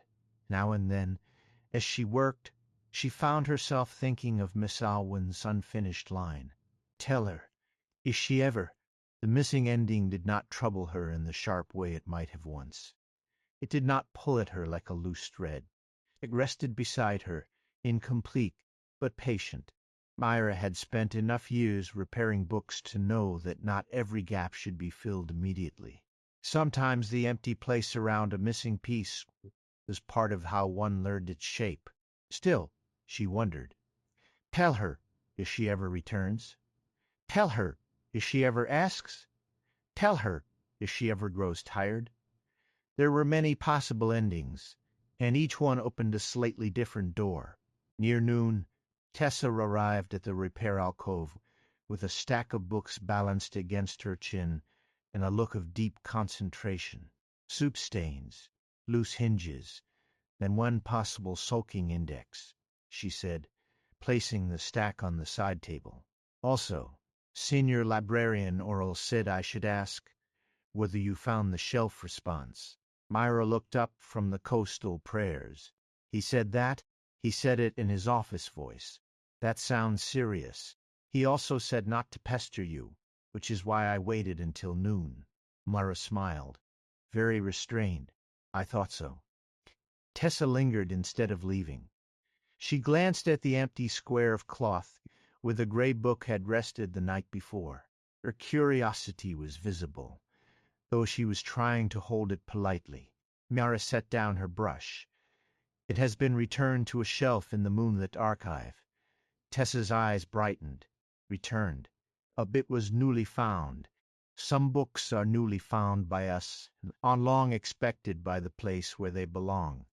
Tessa considered this, then nodded as if filing it somewhere important. Did it have a title? Not until last night? What is it called? Mira hesitated for only a moment.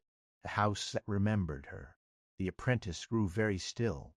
There were people who would have laughed at such a title, or leaned into it with too much drama, or asked a question too quickly.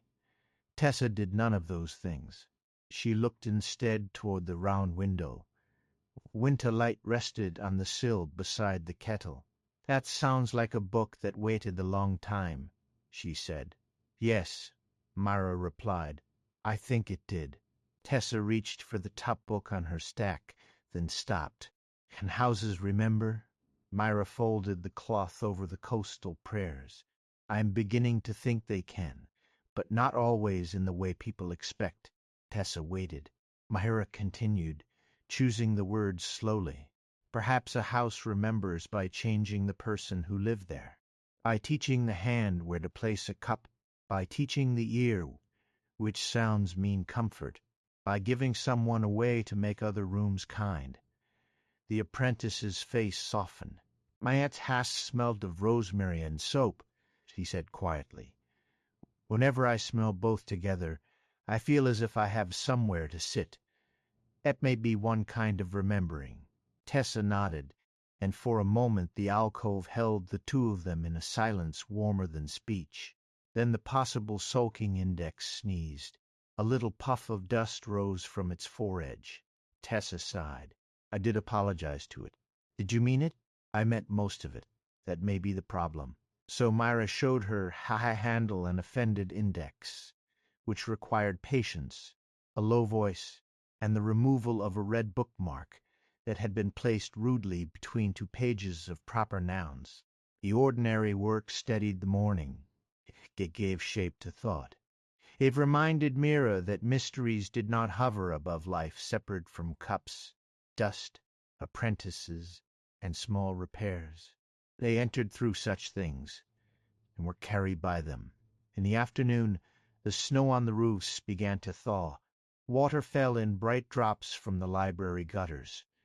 The city below sent up the soft sounds of carts, hooves, voices, and bells. The lower market had reopened after the storm, and from the western windows Myra could see tiny figures moving between canvas awnings, dark against the pale streets.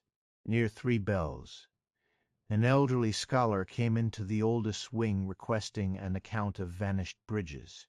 He did not remember the title, author, language, size, or century, but he was quite certain the cover had once been green, unless it had been brown. Mira found it for him in 12 minutes. This pleased him so much that he bowed to the book before carrying it away. By late afternoon the western wing had grown dim. Aurelian's winter days often ended before anyone was ready. Candles lifted themselves in their glass bowls. The floating shelves slowed as if turning in sleep. The tall windows gathered violet light. Myra was washing her brush when the first sign of the second dream arrived. It did not come from the archive. It came from the chipped blue saucer on her work table. The saucer, as always, held the small things found inside forgotten books: a button shaped like a star, a dried stem of lavender, a railway token from a country with no railways left, 2 scraps of ribbon, and the white pebble no larger than a fingernail. As Mira dried her hands, the object shifted, not much, only enough for the lavender stem to roll aside. Beneath it lay something she had not placed there, a library card, old, cream-colored, softened at the corners. Myra lifted it carefully. The card was not from Aurelian. Its ink was faded brown, and the heading across the top read, East Brindle Lending Room. Below that, in the childish uneven handwriting, was a name, Mira Fenn, her maiden name. She sat down slowly. The alcove did not change. The stove clicked. A candle flame leaned toward the window. Somewhere in the wing, Tessa spoke softly to a shelf that had descended too low and startled a reader. The ordinary world remained kindly intact, but the card in Myra's hand belonged to a life before Aurelian. She turned it over. On the back, written in Miss Alwyn's careful hand, were 2 entries. Borrowed. The Book of Quiet Doors. Returned. When ready. Myra's thumb rested beneath the words. The Book of Quiet Doors. She did not remember borrowing such a book. Not exactly. A faint impression stirred. Brown paper tied with string. Rain against a cart cover. The road leading away from East Brindle. Mother asking whether she was warm enough. A book in her lap. The smell of damp wool and peppermint. She tried to follow it. The memory blurred. Not gone, only distant. The library card warmed in her hand. Then, from somewhere deep within the oldest wing, a bell rang. Small, clear. Not the archive bell, this time. Not the kitchen bell either. The sound had a dry sweetness to it, like a bell above the door of a little lending room. Mira stood. Tessa appeared at the end of the aisle, holding a lamp. "I heard it," she said. Mira nodded. The bell rang again. The sound did not come from the moonlit archive. It came from a row of lower shelves along the west wall, a part of the wing used mostly for provincial ledgers and closed collections. The shelves were old, squat, and plain, without the drifting elegance of the higher stacks. Mira had passed them thousands of times.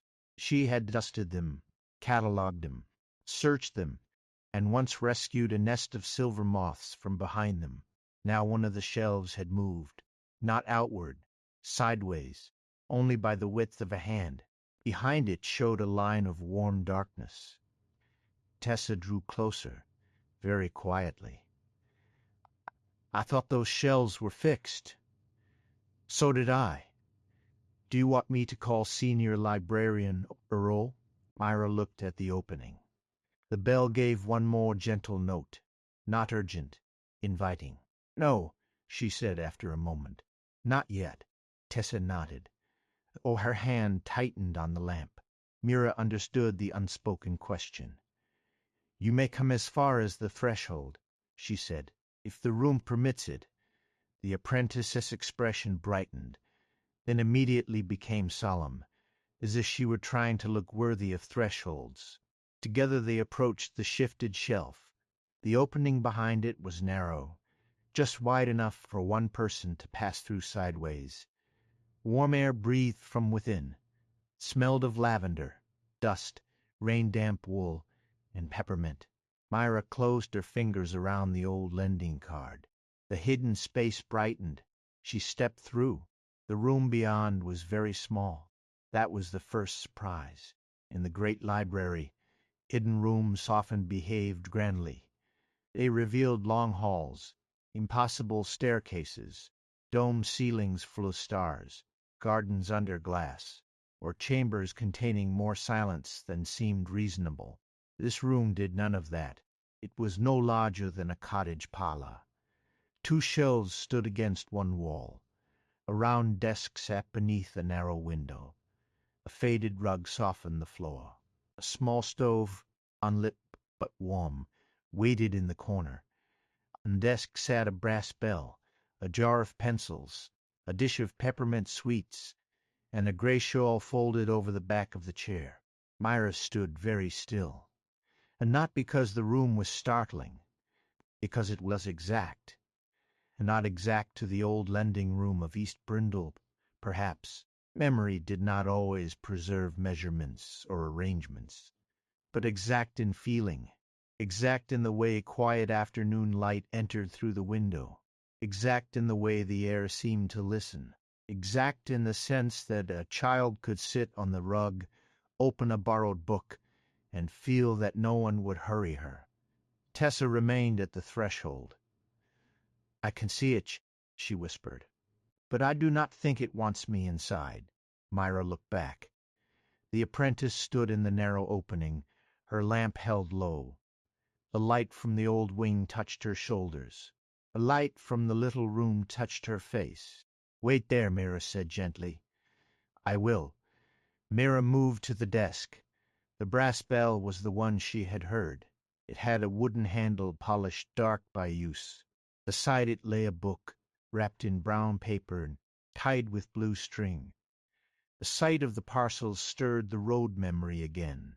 Rain, cartwheels, her younger hands worrying the string loose, her mother beside her, quiet, her father driving carefully because the road was slick, the feeling of leaving a house, while trying not to look back too often, because looking back made the throat ache. Mira touched the string. It untied itself. The brown paper unfolded. Inside was a small book bound in gray leather. Not the house that remembered her, as it now rested in the moonlit archive. This version was thinner, less worn, its lantern and leaf mark barely visible. The Book of Quiet Doors. The title appeared only after Mira read it in her heart. She sat in the chair at the desk. The gray shawl brushed her shoulder, though no one had placed it there. The book opened. Its pages were not blank. They held drawings, doors of many kinds.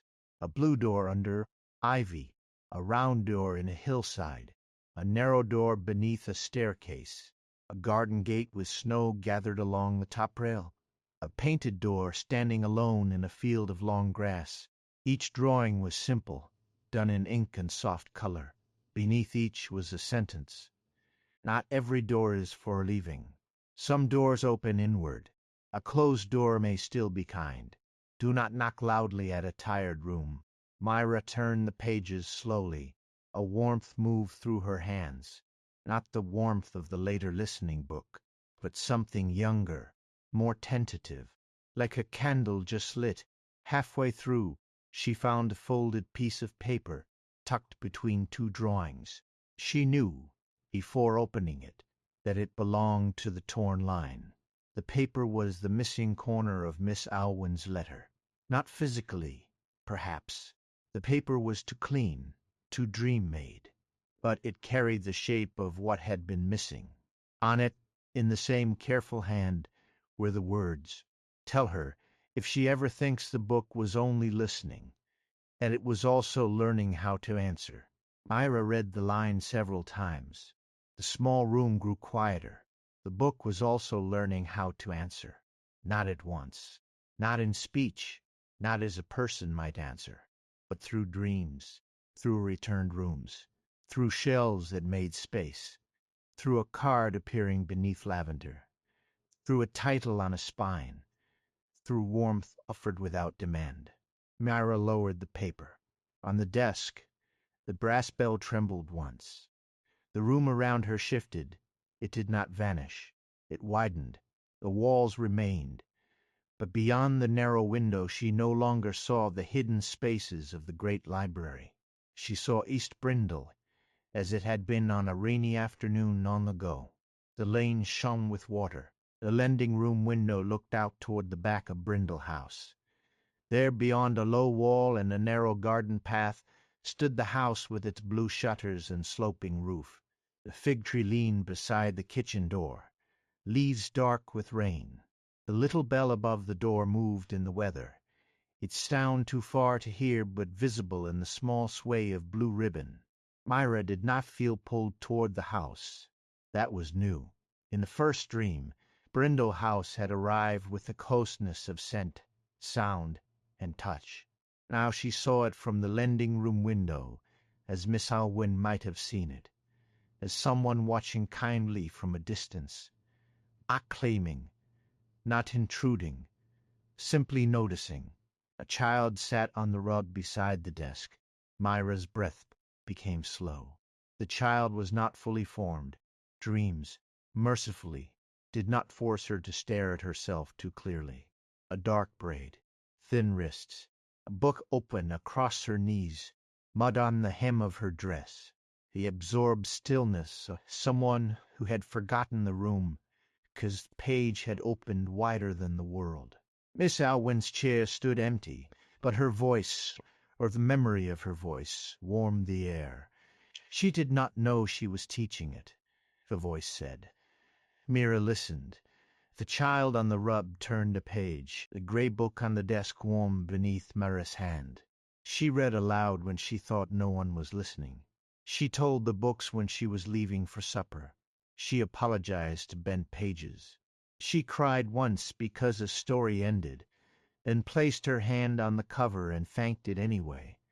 Small things, perhaps, but books notice small things.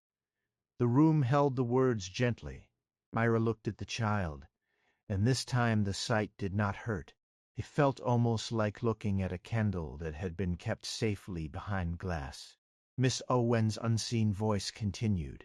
The listening book had gathered many rooms before it came to East Brindle, rooms whose names had fallen away, homes emptied by travel, age, flood, choice, and time. But in that town, near that child, it began to understand that a remembered place is not only an image, it is a manner of care. The child on the rug lifted her head, perhaps hearing something beyond the page.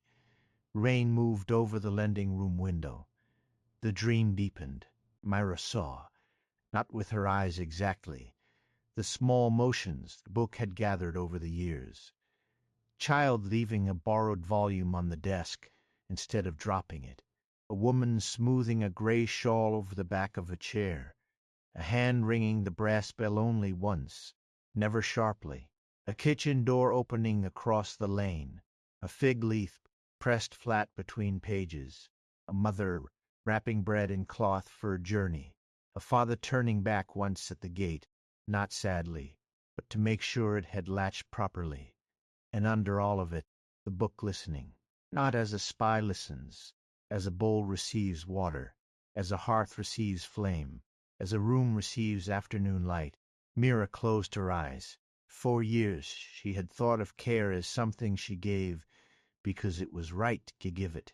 She had never imagined that her smallest acts, even as a child, had entered the world and taught something else, how to be gentle in return. When she opened her eyes, the child was gone. The rainy lane remained. The lending room had become still. On the desk, the book of quiet doors turned its pages by itself until it reached the final drawing, a door Mira did not recognize.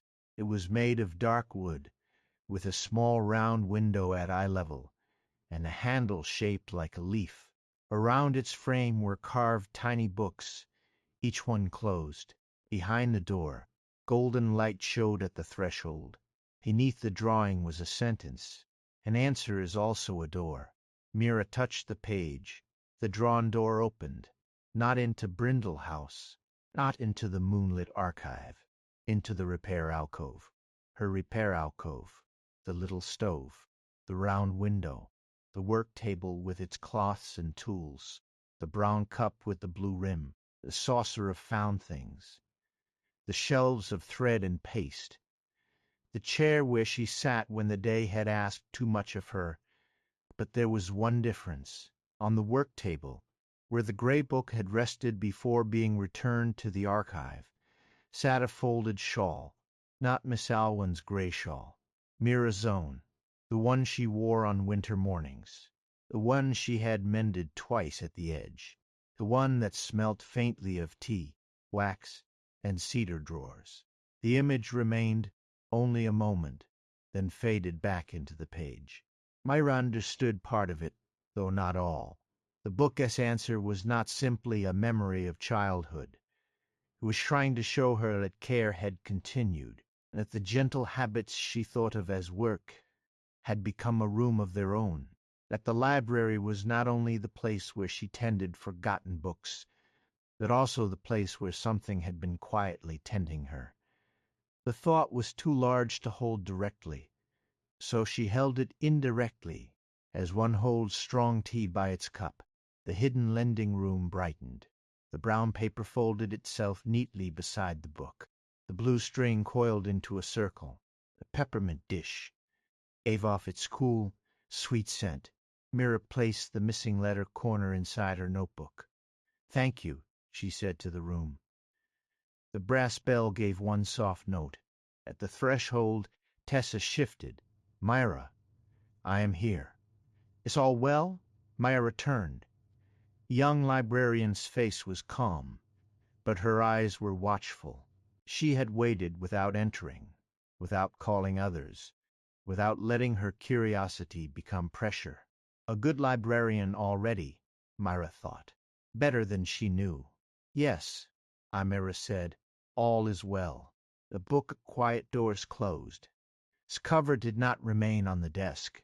It thinned, softened, became light, and then became only a drawing on the library card in Myra's hand. Borrowed. The book of quiet doors. Return. When ready. A new line appeared beneath the old ones. Answered in kindness. Myra rose.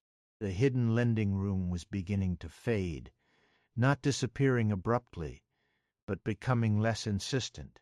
The shelves, the desk, the peppermint dish, the shawl, the window, all remained. Yet they no longer felt like things she could touch for long. They had offered what they meant to offer. She walked back to the threshold. Tessa stepped aside to let her through. The moment Mira returned to the old wing, the lower shelf slid gently back into place behind them. No seam remained. The provincial ledgers sat as they always had, plain and unbothered. Tessa looked at the shelf, then at Myra, then at the card in her hand. "Was it a room? Yes? From the library?" "Yes." "From somewhere else?" Myra smiled faintly. "Also yes." Tessa accepted this more easily than many senior scholars would have. They walked back toward the repair alcove together. The western wing had fully entered evening. The first stars showed through the high windows. Candles glowed in their bowls. The dreaming books had not yet begun their night murmuring, but the air carried the gentle expectancy that came just before they did. At the alcove, Mira placed the library card in the blue saucer among the other found things. For now, that felt right. Tessa set her lamp on the table. "What did it answer?" she asked softly. Mira folded her hands round the back of the chair. She thought of the child reading aloud on the rug, Miss Alwyn's unseen voice, the missing line, the drawing of her own alcove. "It answered by showing me that listening is not passive," she said. "Not always. Sometimes listening gathers enough tenderness to become a response." Tessa frowned thoughtfully. "So when we care for a book, it may learn how to care back." The young librarian looked at the shelves around them with sudden respect, as if many quiet relationships in her life had just become more complicated. "I should apologize more sincerely to the index," she said. "They were wise. They made tea then, not because anything needed solving, but because certain discoveries should be allowed to settle in warmth. Tessa brewed it carefully, adding honey only after asking. Mira brought 2 cups to the work table, and they sat while the old wing darkened around them. For a while they spoke of ordinary things: the sulking index, the theater notices, coastal prayers, the proper storage of almanacs with green shoots. Their voices were low, their pauses were long. The library received them without hurry. At last Tessa returned to her duties. Mira remained in the alcove. The card lay in the blue saucer. Answered in kindness. She opened her notebook and added the missing line from Miss Alwena's letter. "Tell her, if she ever thinks the book was only listening, that it was also learning how to answer." Below it she wrote, "Second dream received." Answer was not information, but care returning. She sat with that sentence until it felt true. Then, from the direction of the moonlit archive, a shelf bell chimed once. Mira did not go to it. Not tonight.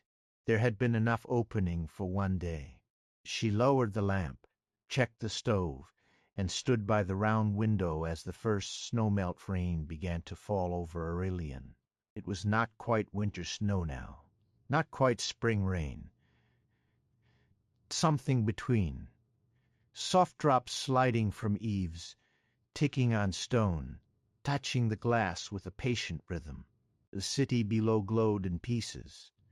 Window here, a lantern there, a bridge lamp reflected in the river. Mira looked at the reflection in the alcove window. Behind her, the room seemed smaller than the library, and yet large enough to hold everything that mattered in that moment. The work table, the tools, the tea, the apprentice's empty cup, a saucer of found things, warmth of the stove, and the books sleeping on every side. She had thought the second dream would ask her to go farther into the past. Instead, it had quietly shown her the present. The alcove was not Brindle House. It did not need to be. It was a room made by the life she had continued living, a room shaped by all the care she had carried forward without noticing its source, a room where forgotten books were not simply repaired, but received. Mira touched the edge of her shawl. Then she took it from her shoulders and folded it over the back of the chair, just as the dream had shown her. The gesture was small, almost nothing, but when she did it, the blue saucer on the table warmed faintly, and the old lending card gave a soft rustle against the lavender stem. Mira smiled. The dreaming books began their night whispers overhead, not of Brindle House this time, not of vanished kingdoms. Tonight, the first dream Mira heard was of the quiet room she knew well, a room with a stove, a round window, a patient chair, and a lamp left burning for anyone who still had mending to do. And as rain touched the glass, and the oldest wing settled into its deep, bookish hush, Myra understood that the story had not turned backward after all. It was still moving forward, only gently, like a door opening inward. The next few days passed in the measured way of late winter, when the world seems to hesitate between holding on and letting go. Snow remained in the shaded corners of Aurelian, tucked along roof tiles, gathered in the mouths of stone fountains, resting in pale scenes between the steps that climbed toward the library. But the air had begun to change. It was still cold, still clear, still blue in the mornings, yet now and then a softer wind came up from the river and moved through the city with a promise it did not state. Inside the great library, this in-between weather made the books restless. Seasonal changes always did. Atlases shifted their coastlines by small, experimental degrees.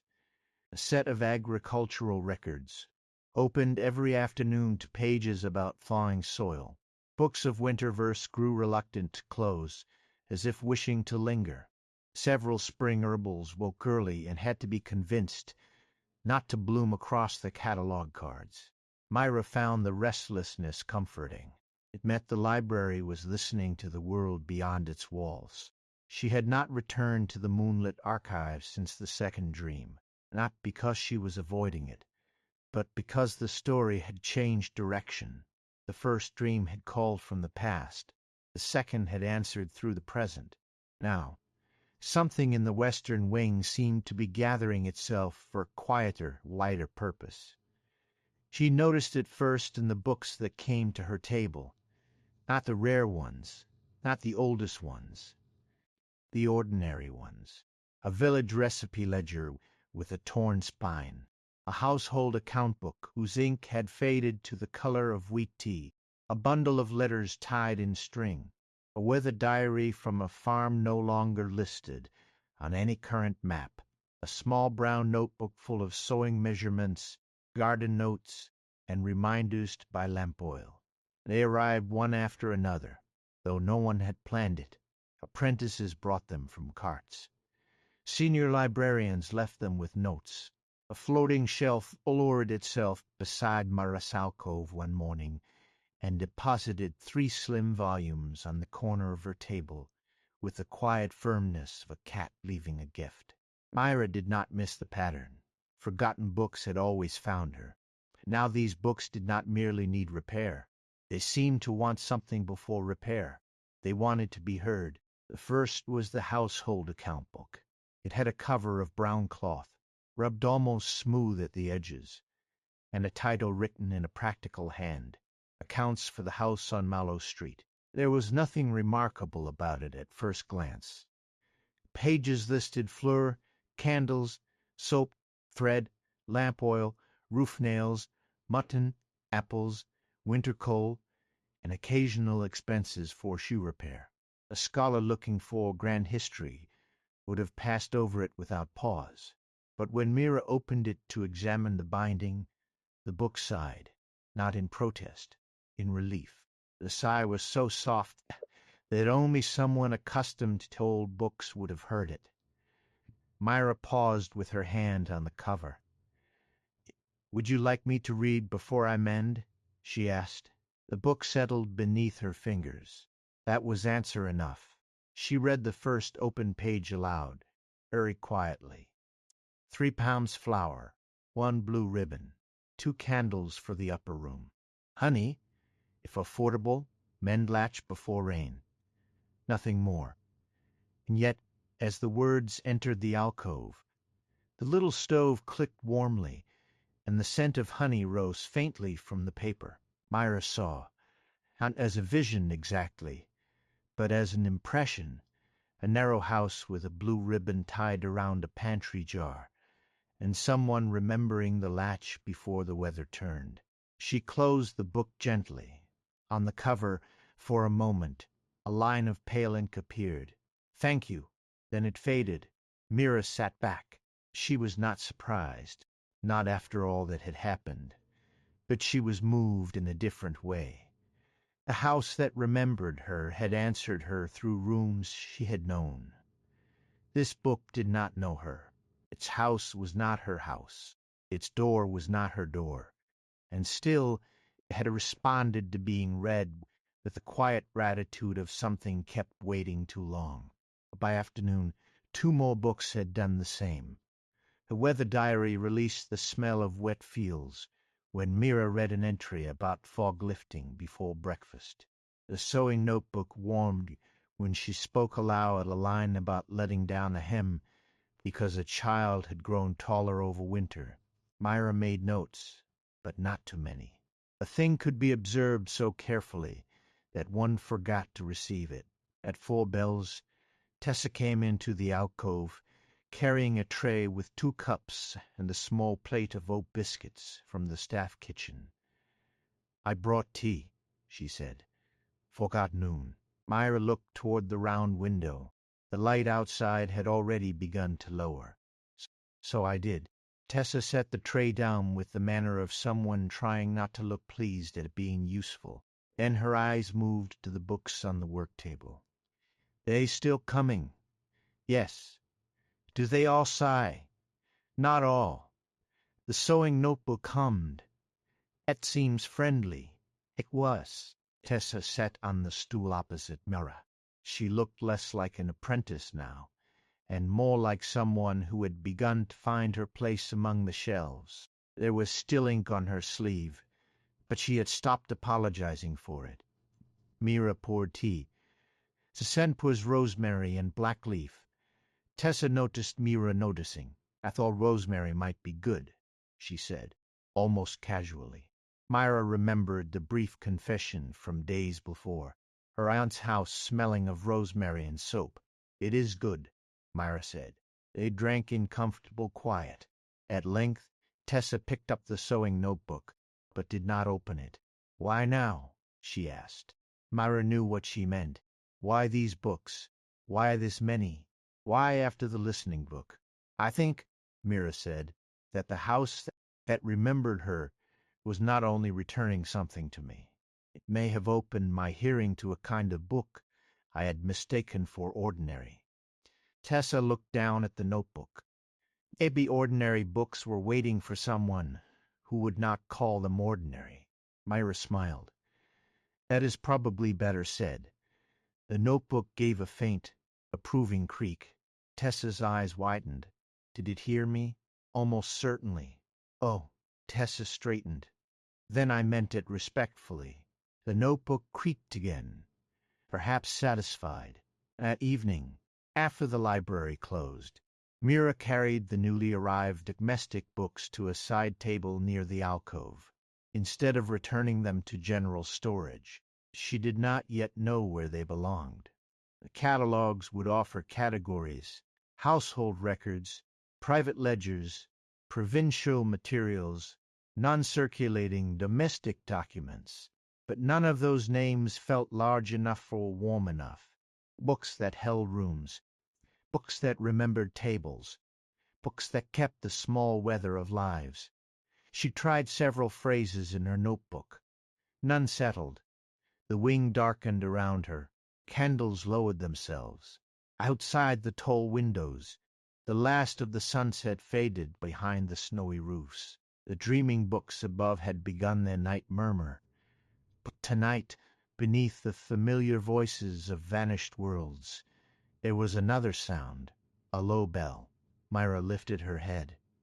It did not come from the archive door, nor from the shelf bells. This note rose from below, soft, warm, and deep.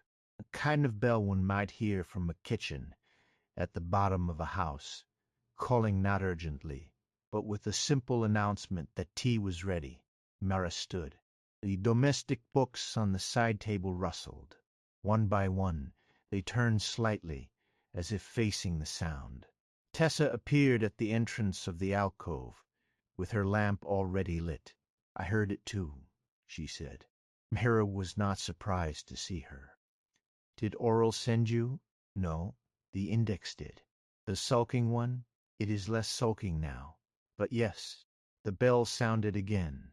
This time the floor beneath the alcove gave the faintest answering warmth. Mira and Tessa looked down. The rug beside the stove had shifted. Beneath it, where Mira was quite certain there had always been plain stone, a seam had appeared, a square outline, with a small brass ring set into one edge. Tessa whispered, "Was that there before?" Number. The account book on the side table opened by itself, the line about mending the latch before rain. Myra glanced at it, then back at the floor. "A latch," Tessa said softly. "Yes." Myra moved the rug aside. The brass ring was warm to the touch. She pulled gently. The square of stone lifted without weight, revealing a narrow staircase, descending into golden blue light. Warm air rose from below. It smelled of wood smoke, dried herbs, old paper, and something baking slowly. For a moment neither librarian moved. The great library had opened many strange paths in its lifetime. Myra knew this. Doors appeared when needed. Staircases changed direction. Rooms waited years before admitting anyone. But this opening was different from moonlit archive or the hidden lending room. Those places had felt like memory and record. This felt like invitation. The bell rang a third time from below. Tessa looked at Myra. "Do we bring the books?" The question was exactly right. Myra nodded. They gathered the household account book, the weather diary, the sewing notebook, the village recipe ledger, and the bundle of letters. Tessa carried 3. Mira carried the others. The books felt warm against their arms, not heavy. Then, lanterns in hand, they descended. The staircase was narrow but easy. The steps curved gently through the hill beneath the western wing. The stone walls were lined with small niches, and in each niche burned a candle no larger than a thumb. The flames were blue at the base and gold at the tips. Their light did not flicker as Mira and Tessa passed. The sound of the library above grew softer. In its place came quieter, homelier sounds. Kettle beginning to steam, a chair settling near a hearth, pages turned by unhurried hands.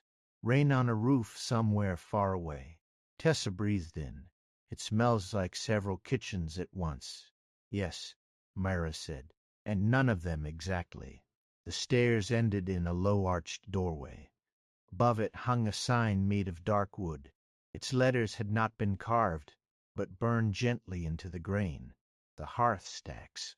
Myra read the words and felt them settle into the empty place where her own attempts at naming had failed. The Hearth Stacks. Of course. Beyond the doorway lay a long, warm room. It was built of the same pale stone as the oldest wing, but the stone here seemed softer, as if it had spent centuries near firelight. Shelves lined the walls from floor to ceiling, but they were not grand shelves. They were low enough for ordinary hands. Many were mismatched. Some leaned slightly. Some had curtains instead of doors. Some held books upright. Others held boxes, rolled cloth, jars of folded paper, bundles of letters, small framed drawings, recipe cards tied in string, and ledgers with cracked corners. At the center of the room stood a long wooden table. Around it were chairs of many kinds: kitchen chairs, reading chairs, a narrow bench, a high-backed chair with worn arms, 2 stools, and one rocking chair that moved very slowly, though no one sat in it. At the far end burned a fire. It had no logs. Its flames rose blue and gold over smooth river stones, and above it hung a kettle, already steaming. On the mantel sat a row of small bells, each different: brass, iron, clay, silver, glass, wood. Some had ribbons. Some had handles. One looked like it had once hung above a garden door. Myra and Tessa stepped inside. The books in their arms rustled all at once, not loudly, never loudly, but with the unmistakable sound of recognition. The account book warmed. The sewing notebook hummed. The letters shifted in their string. Shelf near the hearth slid open. Empty spaces waited. Mira looked down at the book she carried. "I think this is where you belong," she said. The account book gave a sigh that seemed to pass through the whole room. Together, she and Tessa placed the books on the waiting shelf. Each settled into its space with a small sound of relief, cloth against wood, paper loosening, thread relaxing. When the final book was placed, the low bell rang again. This time Mira saw it, a plain iron bell on the mantel, no larger than her hand. Words appeared above the hearth, not written in ink, but in warmth, as if the fire itself had shaped them. "For every home remembered, another may find rest." Tessa read the sentence under her breath. The room seemed to listen. Mira walked slowly along the nearest shelf. The titles here were unlike those in the grand catalogues. The Rain Ledger of North Ven, Meals for 6 in Lean Years, The Orchard Account, Songs My Sister Knew, Mending Notes for Winter Curtains, the names of those who came to supper, a book of windows facing east, things relearned from the old stove, how to keep lavender through frost, letters from the blue room, the small repairs. Many had no author listed. Some had no title at all, only marks: a cup, a loaf, a gate, 3 stars, a spool of thread, a little house beneath rain. Mira touched the spine of one narrow green volume. It leaned into her hand. Not enough to fall, only enough to be felt. Tessa had gone to the long table, where a book lay open beside 2 empty cups. "There is writing here," she said. Mira joined her. The book was large and plain, bound in dark red cloth.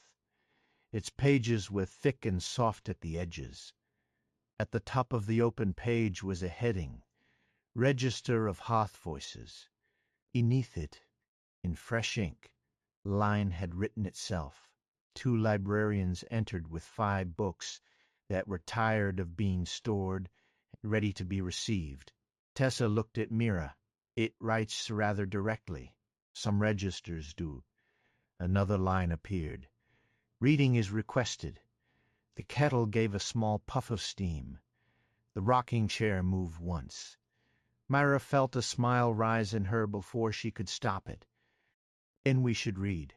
They sat at the long table. Mira chose the narrow green volume that had leaned toward her hand.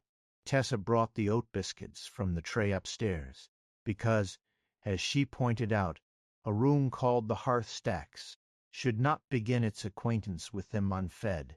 The green book opened easily. Its first page held no date, only a sentence: "On rainy evenings put the chair near the window, because someone will want to listen." Mira read the line aloud. The room warmed, not dramatically. No wall shifted, no ghost appeared, no hidden door opened.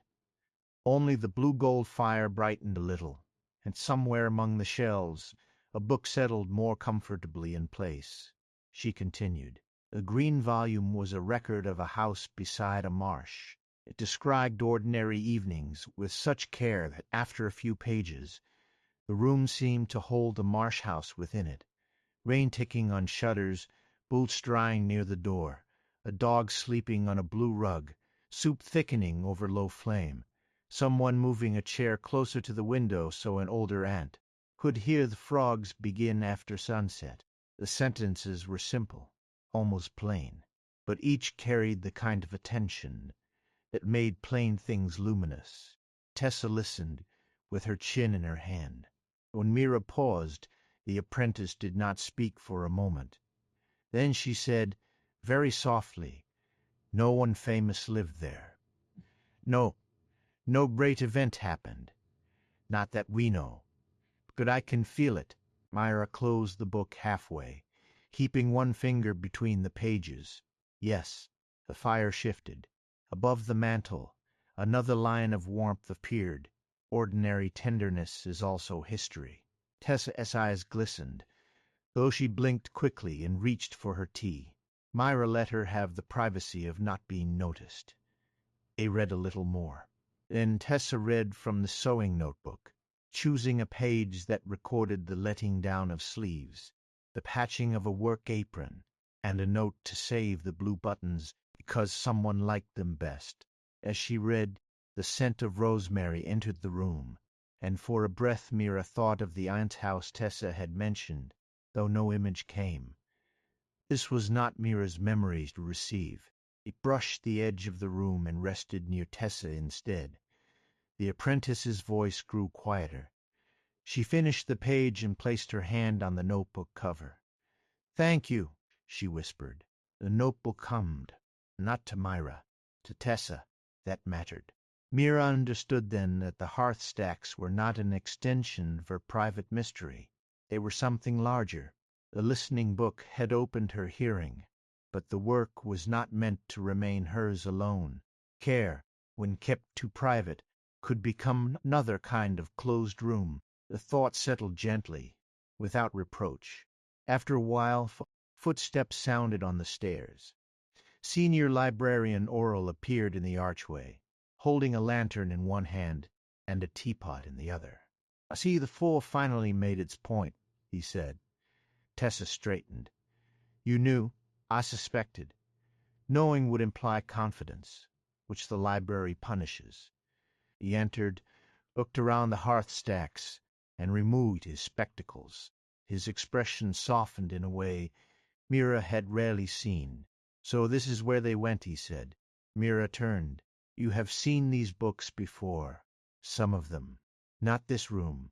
He approached a shelf and touched the spine of the names of those who came to supper. For years, certain domestic collections disappeared from the outer records after being catalogued. Nothing valuable by scholarly standards. Household ledgers, recipe books, letters, domestic notes, village rests. We assumed the library had absorbed them into one of its deeper systems. That is a calm way of saying lost. Librarians prefer dignified language. Tessa glanced around. They were not lost. "No," Aurel said. "You're making a hearth." He sat with them at the table.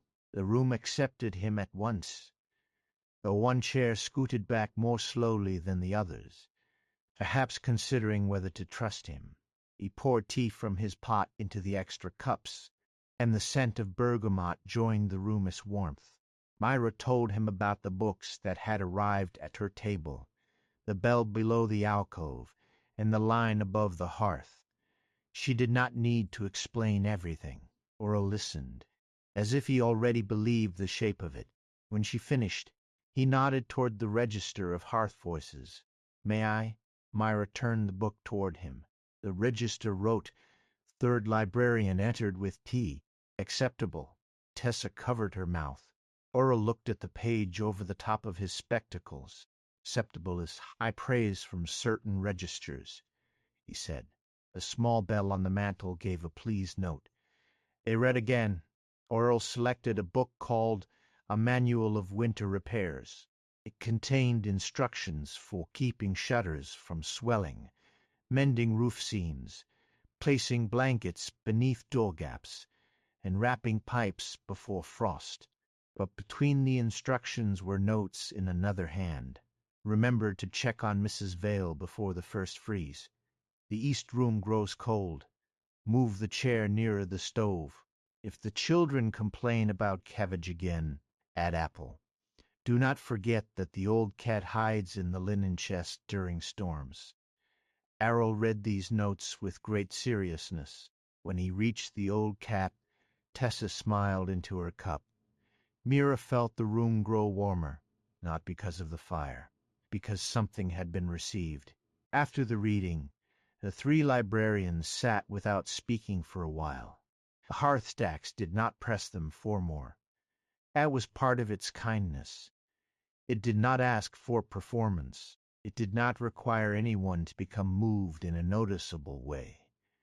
It simply gave the books a table, the readers a fire, and the ordinary words a place to be heard aloud. At length, Aurel closed Winter Repair Book and rested his hand on the cover. "We will meet a register upstairs," he said. Mira looked at him. "Not a catalogue in the usual sense," he continued. "Something gentler, a way of noticing which books ask to be read, which ones only wish to rest, and which should not be disturbed yet." Tessa leaned forward. "A listening register."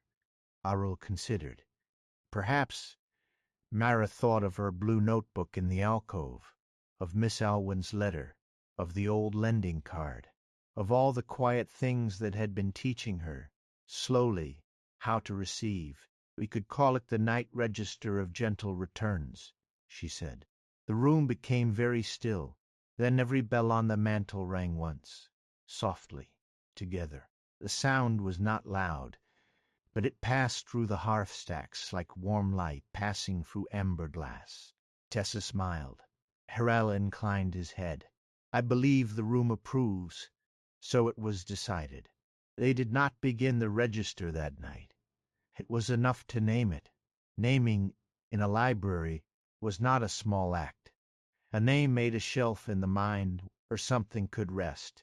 Before they left, Mira returned to the shelf where the 5 newly arrived books had settled. The household account book, which had sighed so deeply in the alcove, now looked calmer. Its edges lay flat. Its cloth cover seemed less strained. She touched it lightly. No words appeared, no glow, only a quiet sense of completion. That, too, was answer. They climbed the stairs together. At the top, the square of floor in the alcove remained open until all three had passed through. Then the stone door lowered itself without sound. The rug slid back into place. The alcove looked as it always had, except that it seemed warmer now, as if a fire beneath the floor had remembered it. Aurel set his empty teapot on Mira's table.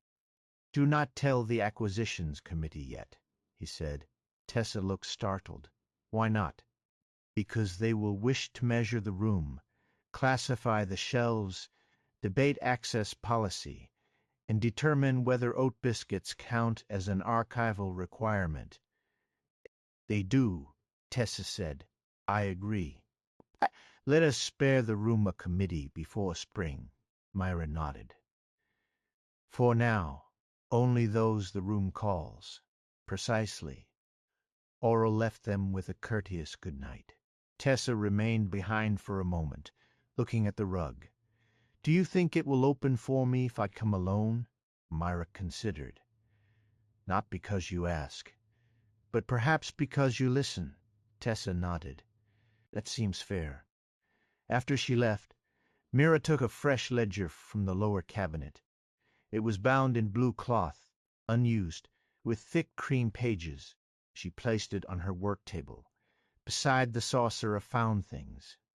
On the first page she wrote, "The Night Register of Gentle Returns." Beneath that, "For books that ask not to be studied first, but heard." She paused, then added, "For rooms that remain warm in memory, for ordinary lives held in paper, for care given, received, and returned." The ink dried slowly. Mira placed the old East Brindle lending card beside the new ledger. The card's latest line, answered, in kindness, glowed for one breath, and then faded. Outside the round window, the night had deepened. The snow-melt rain had stopped. Clouds moved apart, revealing a pale moon above the roofs of Aurelian. The city was quiet. The river shone faintly between the buildings. Somewhere below, in the unseen room beneath the western wing, the blue-gold fire continued to burn over smooth stones. Mira sat at her table. She did not feel as she had on the first night, when the grey book had startled her with the name of Brindle House. She did not feel the delicate ache of returned childhood, near the strange unfolding of a personal mystery. This was different, wider. The story had opened from one remembered house into many, from one listening book into shells of waiting voices, from one librarian's hidden tenderness into a work that could be shared. She felt humbled by it, but not burdened, and surprised her. Once she might have felt that the hearth stacks were another responsibility to carry alone, another fragile place requiring her careful hands. But tonight she had not descended alone. Tessa had come, Oro had come, the books themselves had known where to rest. Her room had provided fire, chairs, tea, and a register with firm opinions. Care was present before she arrived. That changed everything. Mira closed the new ledger and laid one palm over its cover. "Tomorrow," she said softly. From beneath the floor came the faintest answer, one low bell, warm as lamplight, not summoning, not hinting, only acknowledging that tomorrow would come, and that there would be a table, and books, and tea, and enough time to read one small page aloud. Mira lowered the lamp. The old wing settled into dreams above and below her. High in the moonlit archive, the house that remembered her slept on the shelf of borrowed homes. Deep beneath the alcove, the hearth stacks held their new arrivals close, and in between, at the quiet work table with its tools and cups and folded shawl, Mira rested her hand on the blue ledger and felt, for the first time, that the library's hidden heart was not only asking to be cared for, it was teaching them all how to be cared for together. By morning, the blue ledger had moved. Mira noticed this before she noticed the weather, before the first kettle song, before the pale winter light had fully gathered in the round window of the alcove. She had left the night register of gentle returns closed at the center of her work table, with the old East Brindle lending card beside it and her folded shawl over the chair. But when she entered the alcove after the first bell, the ledger lay open near the edge of the table, angled toward the stove, as if it had spent the night reading by embers. The lending card rested inside it as a bookmark. Mira removed her gloves slowly. The old wing was still in that gray hour before readers arrived, and the air held the cool scent of stone and sleeping paper. No apprentices had come through yet. No senior librarian would have moved the ledger without leaving a note, and certainly not one written on properly cut paper in violet ink, as Aurel preferred. Mira crossed to the table. The open page was no longer blank. In neat, dark blue script, not Mira's own but close enough to seem familiar, line had appeared beneath the title: "Begin with the books that answer when thanked." Mira read it once, and again. The stove clicked softly, though she had not yet opened the vent. On the next line, in smaller writing, the register had made a list: the house on Mallow Street, sighed after reading, weather diary from Fenlow Farm, released field scent, rested after one page. Sewing notes without cover hummed for Tessa. Marsh House green volume, warmed the hearth stacks. Manual of winter repairs, received by Aurel. East Brindle lending card, answered in kindness. Mira sat down. The register had remembered the previous night, not merely recorded it, remembered it with attention. The phrasing was gentle, but precise. It did not measure the books by rarity, age, language, or provenance. It measured them by response, by sighing, warming, resting, humming, receiving. A different catalogue, not better than the grand catalogue, perhaps, but necessary in a way. Mira had not known how to name. She touched the edge of the page. The ink did not glow. It simply remained. That pleased her. Not all magic had to announce itself with light. She took up her pen and added beneath the list: "Read aloud when requested. Do not press full vision. Do not interpret too quickly. Allow the book to settle before repair."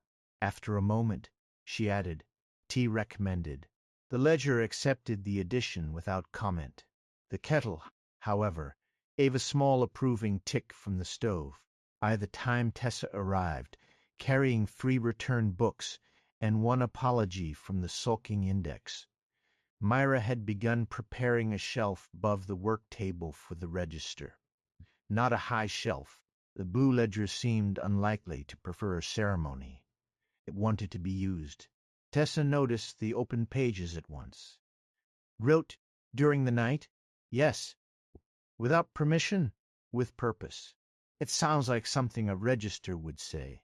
Mira handed her the page. Tessa read the list quietly. When she reached suing notes without cover, hummed for Tessa, her expression changed. She did not smile exactly. She softened, as if a small private place within her had been addressed by name. "It remembered me," she said. "It did. I only read 1 page. Sometimes 1 page is enough to begin." Tessa returned the ledger carefully. Her fingers lingered near the line, but she did not touch it. Mira appreciated that. The younger librarian was learning that not every tenderness needed to be claimed by the hand. They worked through the morning in calm companionship. The public rooms opened. Footsteps gathered in the halls. The floating shelves began their slow circuits overhead. A group of students requested access to botanical taxonomies and were gently redirected away from a shelf of prophetic mushroom guides, which had a history of being over-helpful. Mira recorded 3 more books in the night register before noon. A spice merchantess travel journal that smelled of cardamom, but opened only to descriptions of his mother's kitchen. A prayer book, whose margins contained household accounts, suggesting its owner had found numbers easier to face when written near hope. A childish primer from the hill provinces, its alphabet pages repaired so many times that the mending itself had become part of the lesson. None of them dreamed. None needed to. They asked, in their quiet ways, not to be overlooked. Near midday, senior librarian Aurel came to the alcove with a folder under one arm and the composed expression of a man who had already decided to be mildly inconvenient. "I have news," he said. Tessa, who was cleaning paste from bone folder, looked suspicious. "Committee news." "Not yet. We remain mercifully on committee wood." Mira poured him tea before he asked. "Then what sort?" "Revel news." He placed the folder on the work table and opened it. Inside lay a transfer notice from the lower receiving hall. The paper smelled faintly of rain and travel. A wooden chest had arrived that morning from the river district of Lawnfall, a village being relocated after years of gentle but persistent flooding. The chest contained household books, local records, recipes, letters, and several objects wrapped in cloth. It had been sent by the village schoolmistress, who wrote that the items were not important enough for a museum, but too beloved to discard. Tessa looked at Mira. Mira looked at the register. The blue ledger turned 1 page by itself. At the top appeared a fresh heading.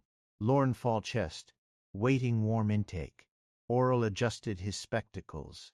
"That is a new phrase." Tessa leaned closer. "Warm intake?" Mira understood, though only just. "Not acquisition," she said. "Reception." The register added another line. "Do not open in the receiving hall." "Firm opinion," Aurel murmured. The next line appeared. "Bring to the room with fire." Tessa brightened. The hearth stacks. The ledger did not confirm. It did not need to. The Lawnfall chest was waiting in the lower receiving hall, where all new materials first entered the library. Mira had always liked that hall. It stood beneath the east side of the building, close to the card entrance, and smelled of rope, rain, waxed canvas, and travel. Crates from distant monasteries stood beside rolled maps, sea chests, herbarium cases, diplomatic parcels, farmers' ledgers, and once an entire ceramic stove filled with letters that had been mailed but never delivered. The hall was practical rather than beautiful. Its stone floor bore scratches from generations of trunks and carts. Its tables were broad and scarred. The windows were high, square, and often fogged by weather.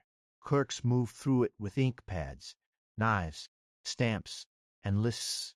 Here, every object had not yet become part of the library's order. Everything still carried the road. When Mira, Tessa, and Aurel arrived, the chest stood on a side table beneath a canvas cloth. It was not large. Dark wood, iron corners, rope handles. The lid had been marked in white paint. Laurnfall Schoolhouse Household Memory Materials. Please keep dry. Beneath that, in smaller handwriting. They are mostly little things. Mira rested her hand on the lid. The wood was cold from travel. Inside, something rustled. Not anxiously, expectantly. A receiving clerk approached with a ledger and a stamp. This one arrived without full inventory, he said. We can open it now and produce a preliminary count. No, Aurel said. The clerk blinked. Senior librarian. Aurel did not often use such small words so firmly. Mira softened it. It needs to be opened elsewhere. Is there damage? Not exactly. Containment issue. Not in the usual sense. The clerk looked from Mira to Tessa to Aurel, then down at the chest. Is this a Western Wing matter? Very much so, said Aurel. That settled it. In Aurelian, there were many phrases that ended conversations politely. Western Wing matter was one of them. The chest was carried by library cart through service corridors instead of public halls. Its wheels clicked softly over stone. Tessa walked beside it, with one hand on the canvas cloth, as though steadying a sleeping animal. Mira led the way, while Aurel followed with the paperwork and a second teapot he had acquired from somewhere without explanation. When they reached the repair alcove, the rug had already shifted aside. The square floor door stood open. Warm light rose from below. Tessa smiled. It knew. The room is developing habits, Aurel said.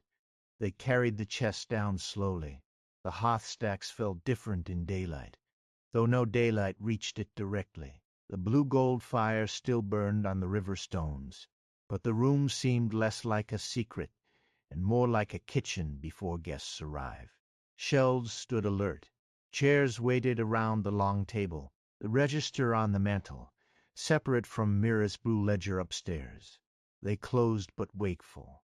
The row of bells above the hearth shone softly. They placed the Laurnfall chest on the long table. For a while, no one opened it. Mira understood without asking that the pause mattered. Some arrivals needed silence before unpacking. A chest from a flooding village had carried more than books. It had carried decisions, farewells, hands choosing what could be saved and what had to remain. It had carried damp air, schoolhouse dust, river weather, and the tenderness of someone writing. They are mostly little things, because she did not want the world to mistake smallness for insignificance. Mira placed both hands on the lid. Welcome, she said. Tessa and Aurel said it too, not together, one after another. Welcome, welcome. Only then did the latch loosen. Inside were bundles wrapped in cloth. No golden light rose, no music played, no vision filled the room. The chest opened as chests do, with wood and hinge and the faint smell of things kept carefully. The first bundle held recipe cards, tied with red thread. The second held a school attendance book.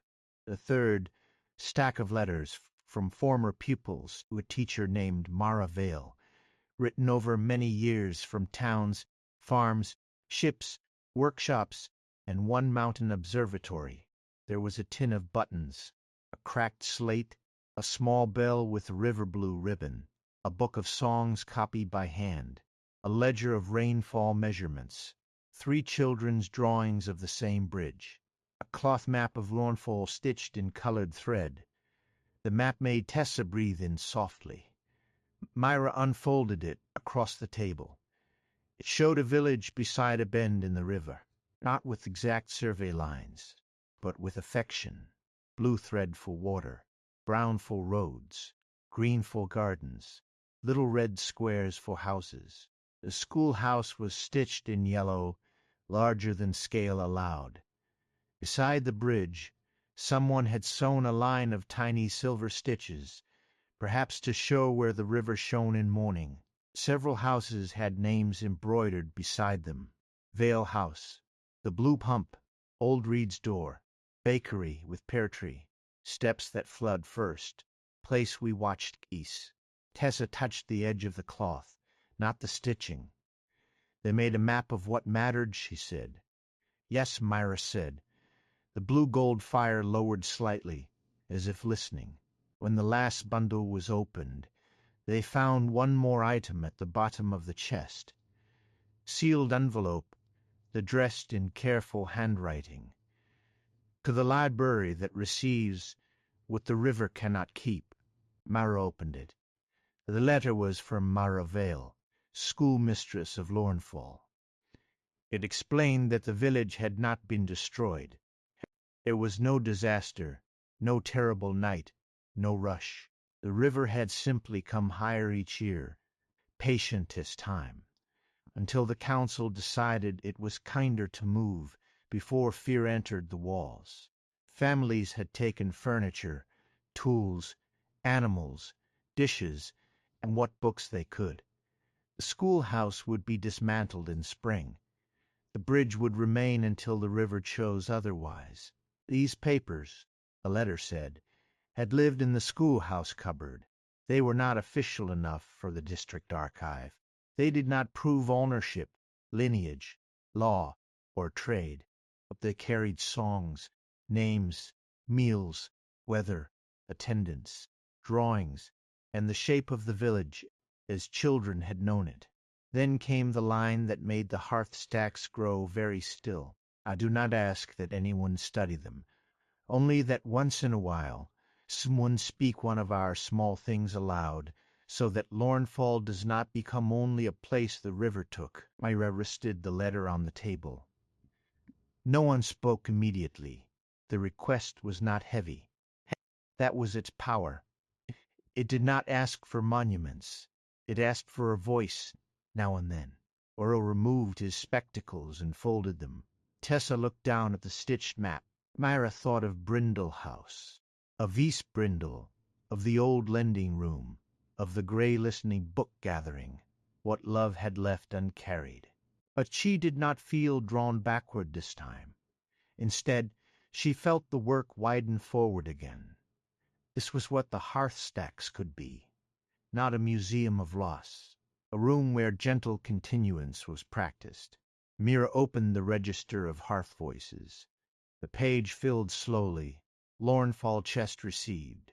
River relocation. No emergency. Materials asked for speaking. Not study first. Begin with map, bell, and one song. Tessa reached for the hand-copied songbook. May I? Mira nodded. The book opened near the middle to a song called Windows Facing Rain. There were only 4 lines of music and several verses. The melody, written in simple notation, looked easy enough. Tessa hummed the first line under her breath, uncertain at first, then again with more confidence.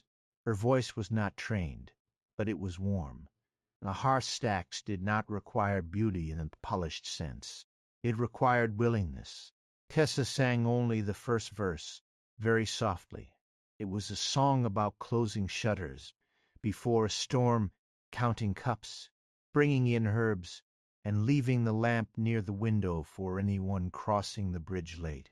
As she sang, the cloth map shifted faintly. The silver stitches by the bridge caught the firelight. The small bell with the river blue ribbon gave a gentle sound. Then the room changed just enough. Not a full dream, a receiving. For a breath. The long table seemed to stand inside a schoolhouse at dusk. Rain moved beyond tall windows. A stove warmed the corner. Children's coats hung from pegs. Chalk dust rested on a slate. The stitched map lay on a teacher's desk, unfinished, while someone threaded blue silk through the riverous curve. The image faded before it could become longing. That was important. The hearth stacks did not trap anyone in the past. It allowed a room to exhale, then settle, or read next from the rainfall ledger. His voice gave dignity to numbers. Early thaw. River clear at morning. Geese returned. Water 2 finger widths below third step. The small bell chimed again. Mira read from the attendance book. Names, only names. Ada Vale. Corin Fell. Lysa Reed. Tomas of the Blue Pump. Nell with Pertry. Ivan Marr. He paused at the last one. Ivan Marr. Not Master Ivan. Surely. Marr had been Miss Alwyn's surname, too. But Marr might not be rare in the river districts. Still, the name touched the air strangely. Earl noticed. "Read it again," he said softly. Mary did. Ivan Marr. From high above them, though there was no visible shelf overhead, came the faint sound of a page turning. The register of hearth voices wrote one line. Some names are bridges. Mira did not press the matter. It was not time. The name had appeared like a stone just visible beneath clear water. It could wait. They finished the first receiving by placing the lawn fall materials on a new shelf near the hearth. The cloth map was not folded away. Instead, the room provided a wooden rod and hung it along the wall, where firelight could touch the silver stitches. The bell with the river blue ribbon went on the mantel among the others. When it was placed there, all the bells remained silent, except the plain iron one, which rang once in welcome. Upstairs, the afternoon had faded into evening. Mira had not realized how much time had passed. The public library had closed. The old wing was dim. Candles moved through the air in their glass bowls, finding their places. The smell of evening tea had settled in the alcove. Tessa carried the empty chest back up the stairs. "It feels lighter," she said. "It is. But we took the things out. That is one reason." Tessa looked at the chest, then smiled. Not the only one. Aura left to update only the minimal necessary receiving records. He wrote, at Mira's suggestion, "Lawnfall materials received. Temporarily assigned to Western domestic care. Full catalog pending." Temporarily is a useful word, he said. "It gives the truth time to arrange itself," Mira replied. "Not as an excellent defense against committees." After he had gone, Tessa stayed to help Mira enter the lawnfall materials into the night register of gentle returns. They wrote slowly. Not every item needed description. Some needed space. Mira recorded the schoolmistress's request. Tessa drew a small copy of the river blue bell in the margin. The ledger accepted the drawing by warming beneath her hand. Then Tessa wrote one sentence of her own. "First song received by Room Without Sadness." Mira read it and nodded. "That matters. I thought so." Night gathered fully outside. The old wing began to dream. The high shelves whispered of far places. A city of domes under copper clouds. An orchard on an island of mist. A monastery where bells were made from moonstone. But beneath those older dreams, Mira now heard another layer. Quiet hearth voices, low and near, not asking to rise above the others, only to join them. A village beside a river. A house on Mallow Street. A marsh-room where someone placed a chair by the window. A kitchen where sleeves were lengthened for a growing child. Small worlds, not vanished in fire or legend, changed by time, held by care. As Mira closed the blue ledger, something slipped from between its pages. Fig leaf, not the one from Brindle House. This leaf was drawn in ink, fine-lined in green gold, on a square of old paper. Beneath it, in the handwriting that had become familiar from the gray book, were 3 words. Not only yours. Mira looked at the words for a long time. The meaning arrived gently. The fig tree, the lending room, the listening book, were returned memories. They had entered through her life, but they were not meant to remain only there. Brindle House had opened a way into the greater work of remembering kindly. Mira had not been singled out to carry a burden. She had been invited to notice a pattern already moving through the library. Not only yours. She felt something in her loosen. An old habit, perhaps. The habit of guarding tenderness so carefully that it became solitary. The habit of thinking that, because something had touched her deeply, she must manage it alone. She handed the paper to Tessa. The younger librarian read it. Then, without speaking, she placed it inside the night register, beside the Lawnfall entry. A good place for it. Mira agreed. Later, when Tessa had gone and the alcove had grown quiet, Mira climbed once to the moonlit archive, not because she had been called, not because a bell rang, but because gratitude sometimes needs a room in which to stand. The archive door opened without ceremony. Inside, the shelf of borrowed homes rested beneath a window showing a calm sea under a white moon. The house that remembered her slept between the green volume and the bundle of keys. Its title billowed faintly. Not awake, but aware. Mira did not take it down. She only stood before it. Not only mine, she said softly. The gray book gave a small rustle, as though turning in sleep. On the shelf beside it, the little brass bell trembled once. Then all became still. Mira smiled and returned to the alcove. The library felt larger now, but not emptier. Larger in the way a table becomes larger when another chair is pulled near. Larger in the way a song becomes larger when someone else remembers the second verse. She lowered the lamp for the night. The blue ledger rested closed on its shelf. Beneath the floor, the hearth stacks held Lawnfall's map, bell, songbook, letters, and names near the blue-gold fire. High above, the dreaming books murmured of worlds no longer seen. And between them, in the small room where Mira had spent so many quiet years mending what others forgot, a new understanding settled like a shawl over the back of a chair. The stories she cared for had begun to care outward, not only for her, for anyone who came gently enough to listen. In the week that followed, the western wing grew quieter in a new way.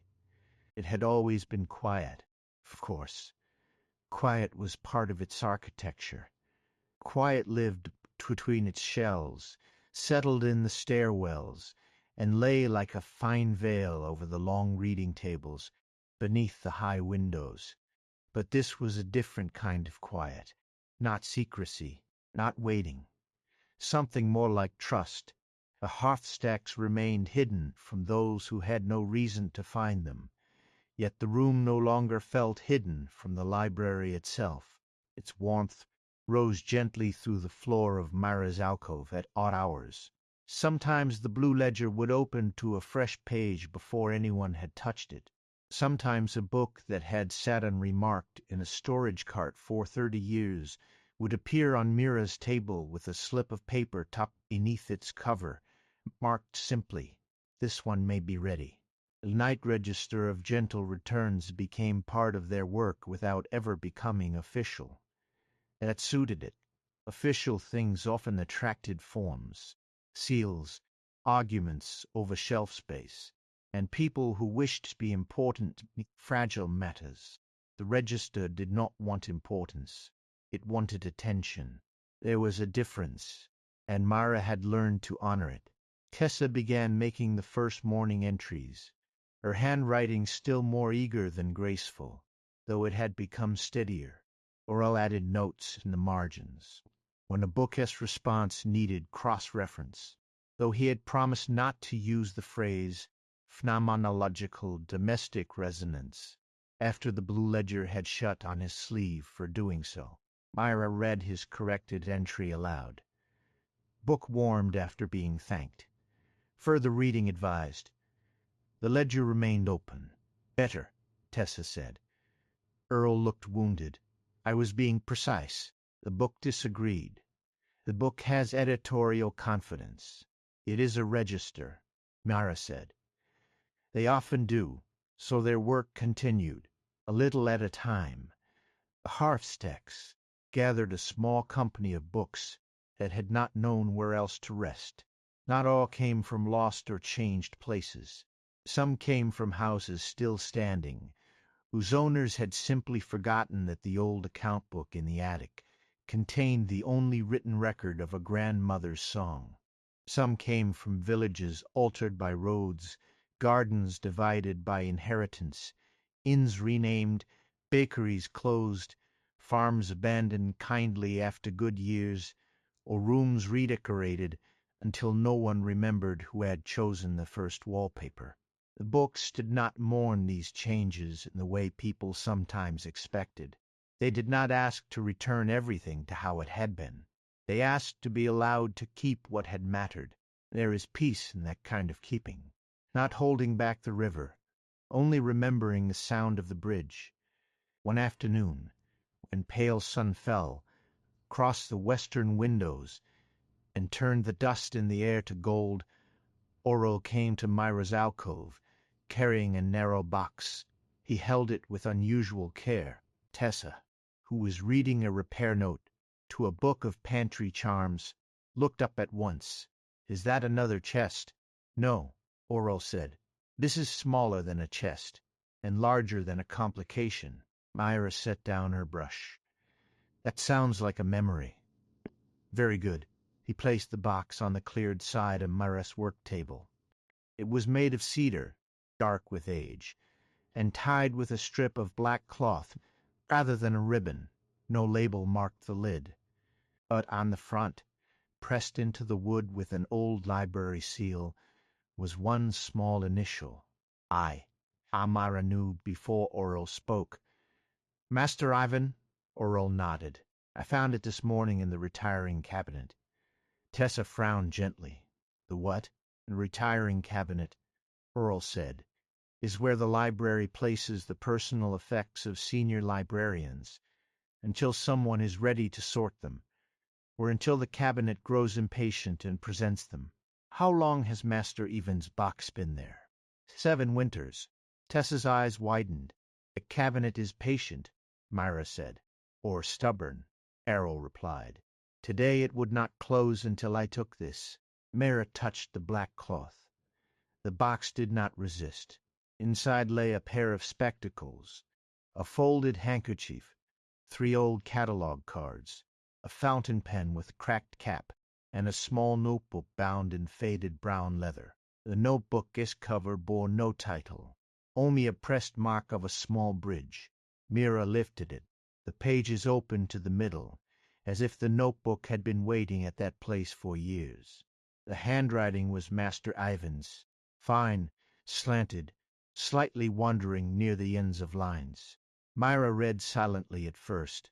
Then, because Tessa and Aurel waited without pressing, she read aloud. "If this box has opened, then the western wing has decided one of my unfinished matters has ripened. I hope whoever finds it has had tea." Tessa reached for the kettle at once. Aurel sat down.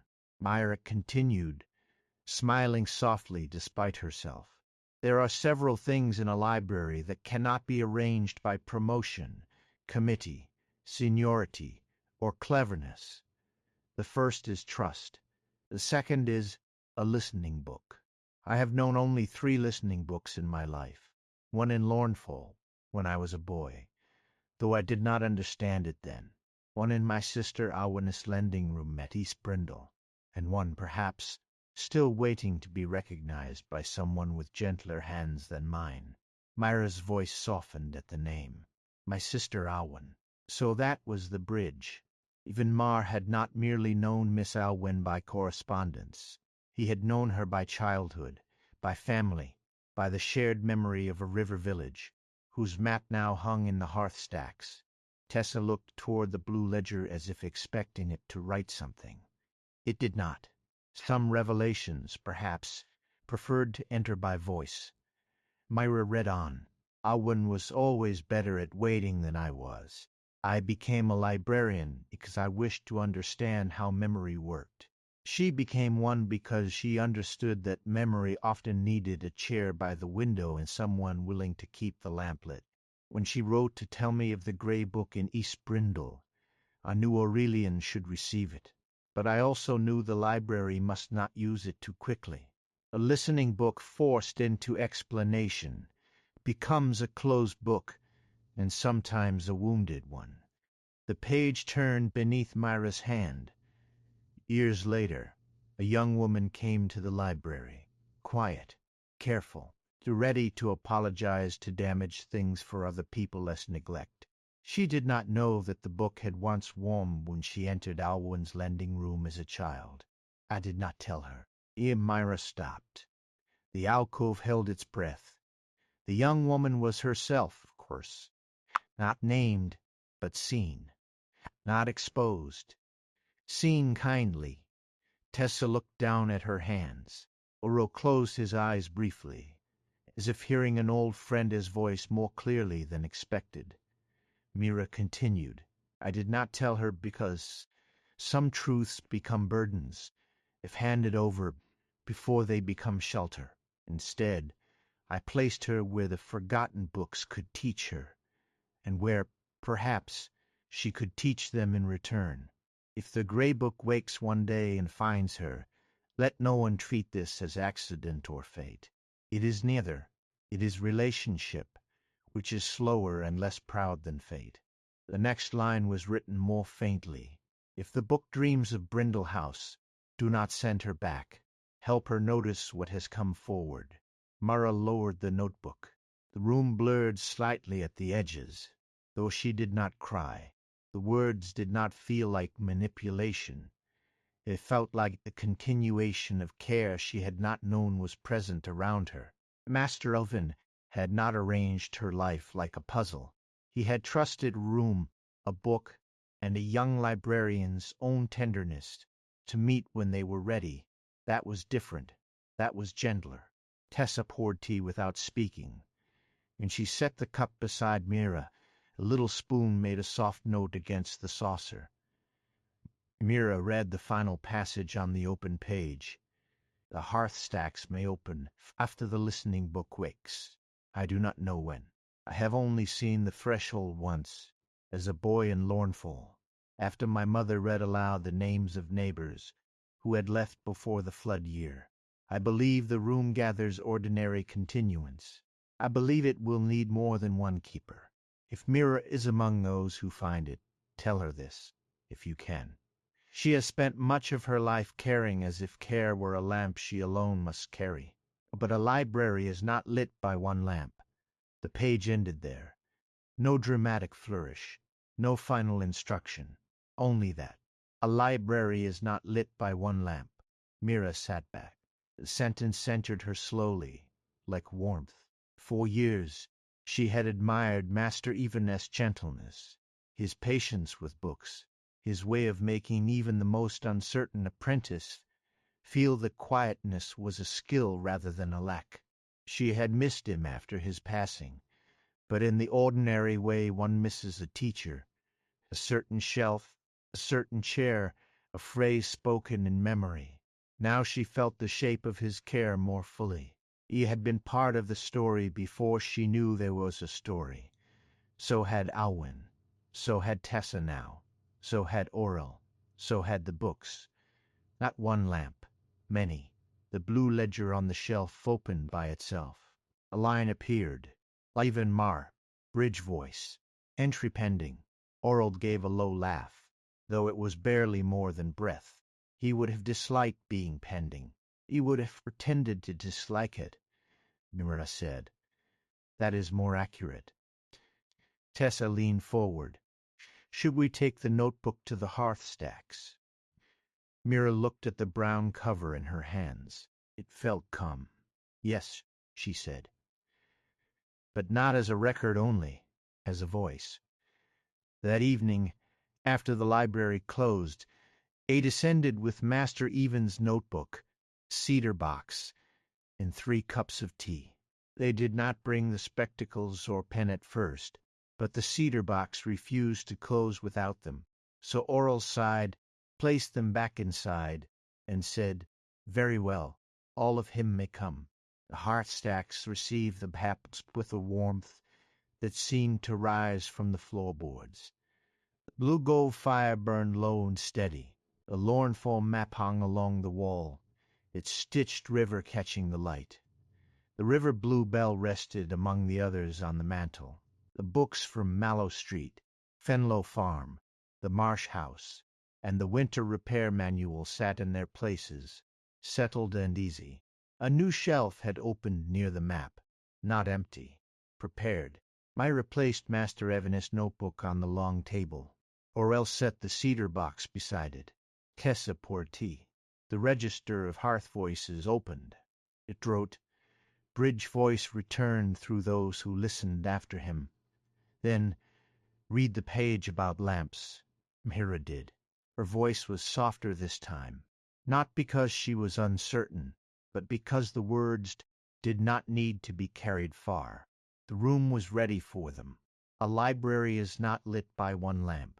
When she finished, the blue-gold fire brightened, not high, only enough to cast light farther along the shelves, where many more books waited than Mira had first realized. Shelves extended beyond the room's far arch, into side passages she had not yet explored. Little lamps glowed there, one by one, as if waking to the sentence. Tessa turned slowly, looking at them. "There are more rooms." "Yes," Aurel said. "They usually are." But his voice had softened. The hearth stacks were larger than they had appeared. Not suddenly, not impossibly in a startling way. More like a house whose back rooms were revealed after one had been invited to stay for supper. There were alcoves beyond alcoves, low shelves under rounded arches, reading corners with folded blankets, cabinets of letters, long drawers of maps, and a passage lit by tiny lamps that seemed to lead deeper into the hill. Mira did not feel the old impulse to explore everything at once. The room would unfold over time. That was its nature. Instead, she sat with Tessa and Aurel at the table, and together they made the first formal entry for Master Ulven in the night register of gentle returns. Not an obituary, not a biography, a hearth entry. Ivan Mar, formerly of Loanfall, brother of Alwyn Mar of East Brindle, senior librarian of the Western Wing, teacher of patient handling, shelf manners, and the difference between hoarding and sheltering. His notebook returned with hearth stacks were ready to receive bridge voices. Read first the page about lamps. Tessa added, after asking with her eyes. Tea recommended. The page warmed. Aurel nodded solemnly. He would approve, though he would suggest a stronger blend. They went one more page from the notebook. This one was from many years earlier, before Mira had come to the library. Master Ivan had written about a day when the young apprentice dropped a stack of unsorted books and cried from embarrassment. He had not named the apprentice. He had written only, "A book fell open to a page of bread recipes. We made tea. The apprentice stopped crying after the second biscuit. Let this be remembered. Repair begins more often with warmth than instruction." Tessa smiled. Mira copied that line too.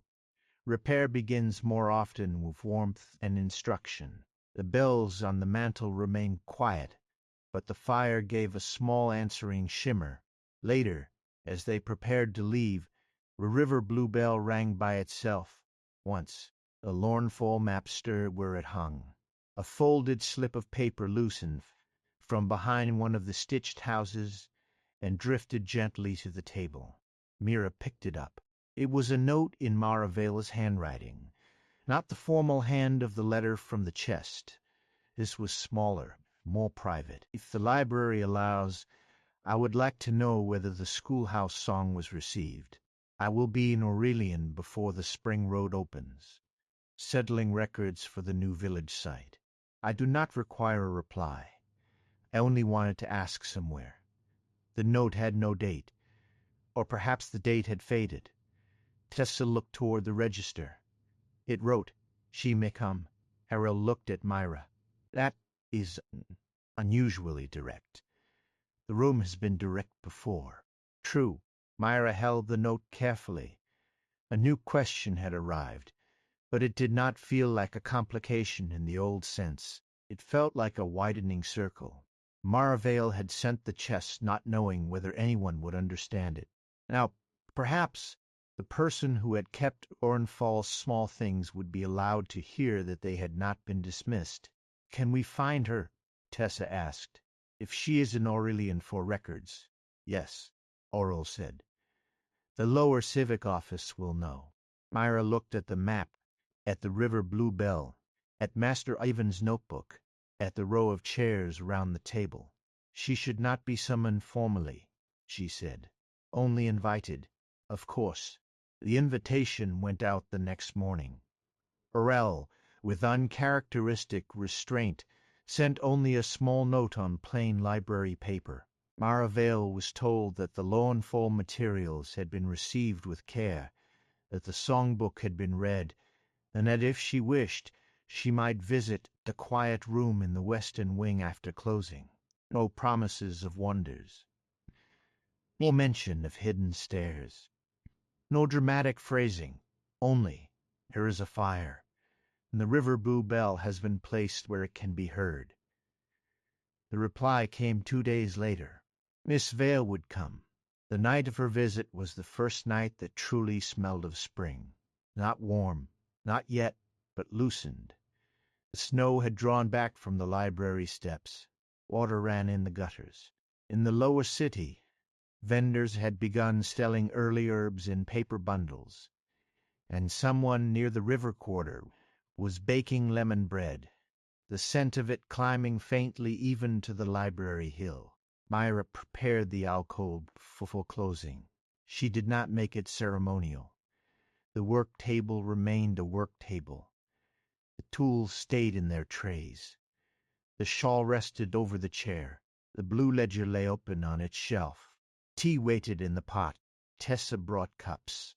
Aurel brought oat, biscuits, and pretended they were for archival stability. Maravale arrived just after the final public bell. She was not old, though weariness had silvered the hair at her temples. She wore a dark green coat, travel boots cleaned as well as one could clean boots after city streets, and carried herself with the composed humility of someone accustomed to being responsible for many small things at once. When Mira met her at the western corridor, Mara looked nervous, but careful. "You received the chest," she said. "We did." "And opened it?" "In the right room." Mara absorbed this, without asking the obvious question. Perhaps schoolmistresses, like librarians, understood that some phrases should be allowed to stand until they could explain themselves. Mira led her to the alcove. Tessa greeted her with tea.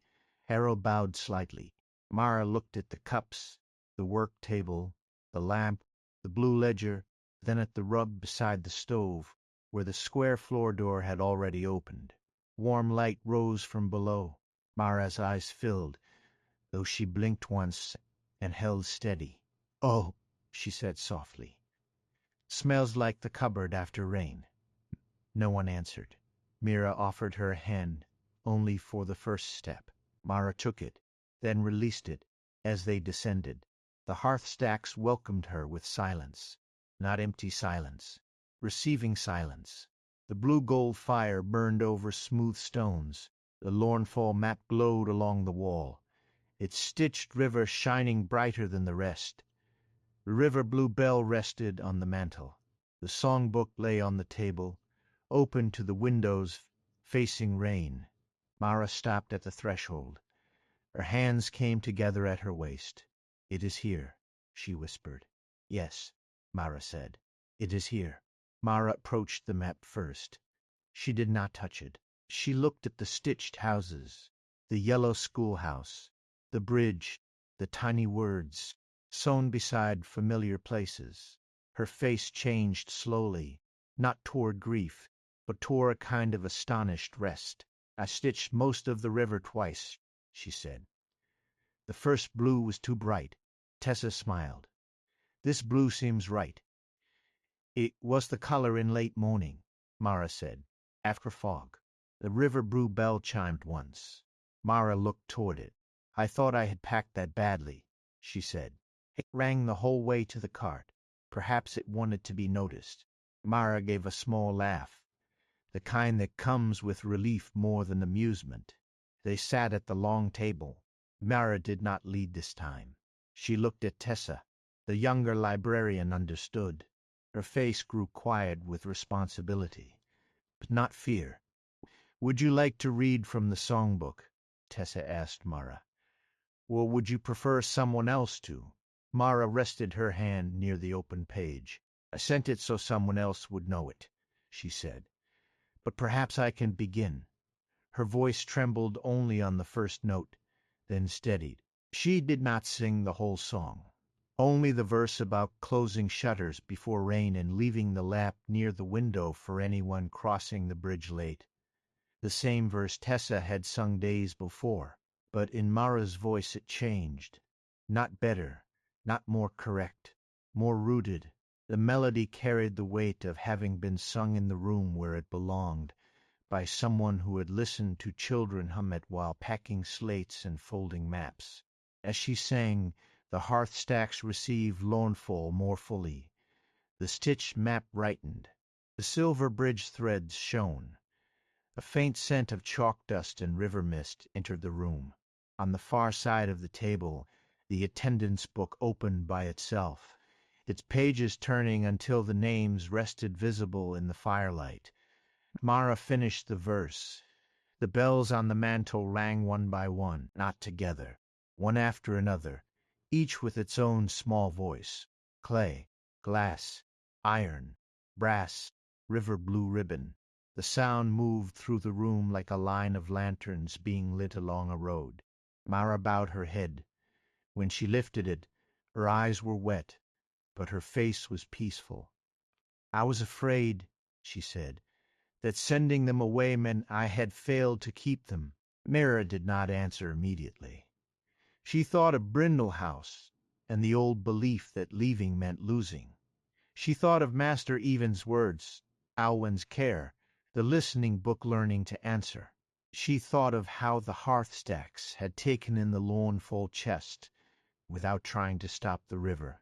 At last she said, "Perhaps keeping does not always mean holding something in place.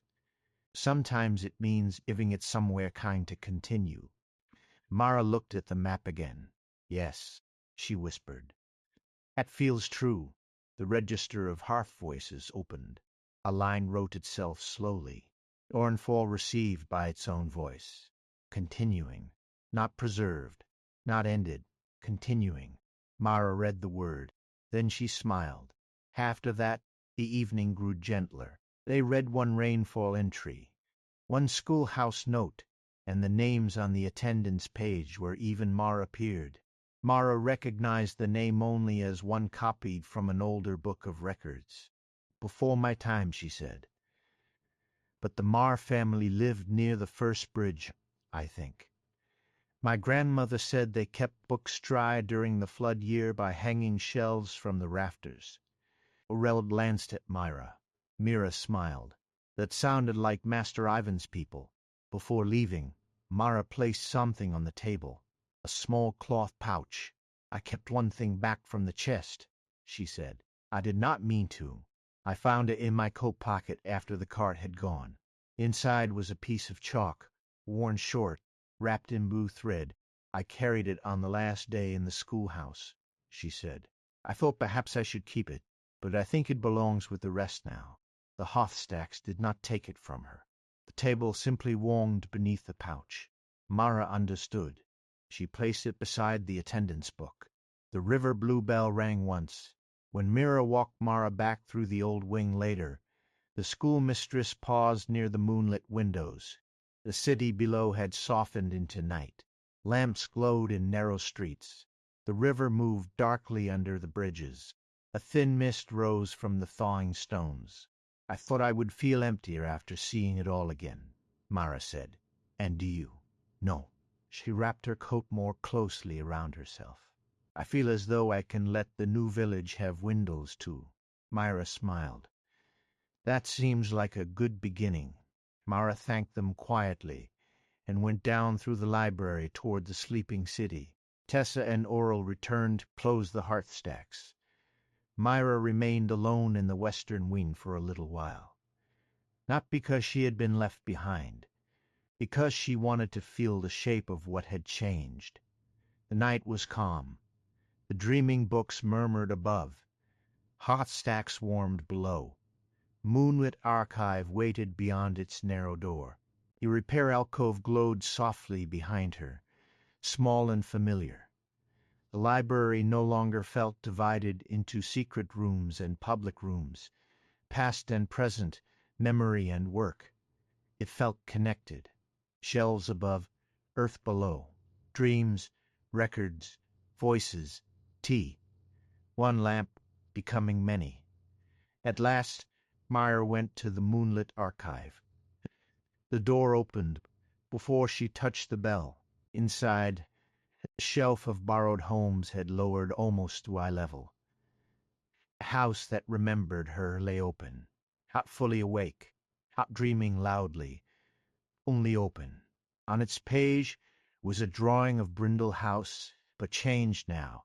The kitchen door stood open, yet beyond it was not the old kitchen. Beyond it was the hearth stacks, blue gold fire glowing over river stones, and beyond that the repair alcove, and beyond that the moonlit archive, and beyond that a soft suggestion of many rooms Mira had never known, but had helped receive.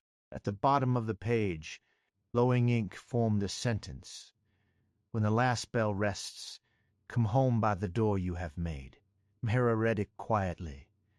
Words did not hurry her. They did not pull. They did not even ask for that night. They simply told her that one final dream remained, and that it would not be a return to the house exactly, nor to the lending room, nor to the first ache of remembering. It would be a homecoming of another kind. Mira rested her hand beside the open book. "I will come," she said. "When the last bell rests." The page warmed. Then, very gently, the house that remembered her closed. Mira left the archive slowly, carrying no book, no letter, no new object, only a quiet readiness. In the alcove, Tessa had left one cup of tea covered, to keep warm. Aurel had left a note beside it, for the lamp that need not carry itself alone. Mira read the note, smiled, and sat down in the chair with her shawl around her shoulders. Outside the round window, the first true rain of spring began to fall over Aurelian. Soft rain, patient rain, rain that loosened snow from roofs and washed the steps clean. Beneath the floor, the hearth stacks held Lornfall continuing. High above, the borrowed homes slept beneath moonlight, and in the little room between them, Mira drank her tea slowly and listened as the library, in all its hidden rooms and gentle bells, kept watch with her. For several nights after Maravela's visit, the library asked nothing new of Mira. That was its own kind of kindness. There were no hidden doors opening beneath rugs, no unexpected bells calling from staircases, no books appearing on her table with urgent warmth beneath their covers. The moonlit archive remained quiet. The hearth stacks kept their blue gold fire, and their received voices. The night register of gentle returns accepted entries in the ordinary way, with an occasional soft warming of the page when a sentence was especially true. Mira welcomed the quiet. Some mysteries, once they have opened, need time to settle into the life they have changed. The great library returned to its rhythms, though Mira now heard those rhythms differently. The floating shelves moved through the high rooms with their patient bells. Apprentices crossed the galleries with arms full of returns. Scholars leaned over tables and followed their questions into long afternoons. Rain came more often than snow now, tapping the windows in silver lines. The first green shoots appeared between the stones of the upper courtyard, and the gardeners tied small blue threads around the youngest plants to keep the library-esque wandering herbals from claiming them as citations. In the western wing, the old books dreamed on. But their dreams no longer felt far away to Mira. The lost cities, vanished harbors, forgotten gardens, and old kitchens of countries no one could name had become part of the same great hush as the hearth-stacks below and the archive above. She understood now that the library was not divided between grand memory and ordinary memory. It had only seemed so because people often mistook size for importance. A vanished kingdom and a mended apron could both leave light behind. A city beneath the sea and a place near a window could both ask to be remembered kindly. The library had known this all along. Mira was only learning to hear it. On the 7th evening after the spring rain began, the final dream arrived. It came without surprise. All day, the library had been unusually gentle, not strange, not restless, gentle. Doors opened before anyone reached for them. A shelf that usually complained about being dusted lowered itself meekly to Mira's height. The sulking index, now almost reformed, allowed Tessa to correct 3 misfiled entries without a single puff of dust. At noon, the blue ledger opened and wrote only 1 line. "Tonight, leave the lamps low." Mira read it while standing at her work table with a cup of rosemary tea in her hand. Tessa read over her shoulder. "Is that for the hearth-stacks?" "I think it is for all of us," Mira said. So, after the library closed that evening, they left the lamps low. Not dark, never dark. The great library did not like darkness in the complete sense. It preferred the kind of dimness that made candlelight more meaningful. In the public rooms, the tall lamps were lowered to amber beads. In the corridors, the glass bowls of flame floated nearer the walls. In the western wing, the candles burned with small, steady hearts, just bright enough to show the ladders, the railings, the long tables, and the spines of books sleeping in their rows. Aurel came without being asked. Tessa came with tea. Mira Vale, who had remained in Aurelian for several days to settle village records, did not come to the old wing that night, but she sent a little packet of lemon bread wrapped in cloth, with a note that said only, "For the room with fire." The hearth-stacks accepted it warmly. Mira placed the packet on the long table below, beside the Lawnfall songbook and Master Ivan's notebook. The fire shimmered once over the smooth stones, and the bells on the mantel remained still, as if holding their voices for later. They did not read that night. That too seemed right. Not every visit to a quiet room required words. Tessa stood beside the Lawnfall map for a while, looking at the stitched river. Aurel sat near the hearth with Master Ivan's cedar box resting on his knees, not opening it, only keeping it company.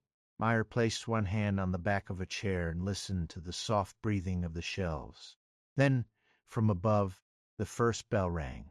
It was not loud, a single silver note from the moonlit archive. Mira looked up. Aurel closed his eyes briefly, as if recognizing the shape of an old ceremony. Tessa whispered, "The last bell?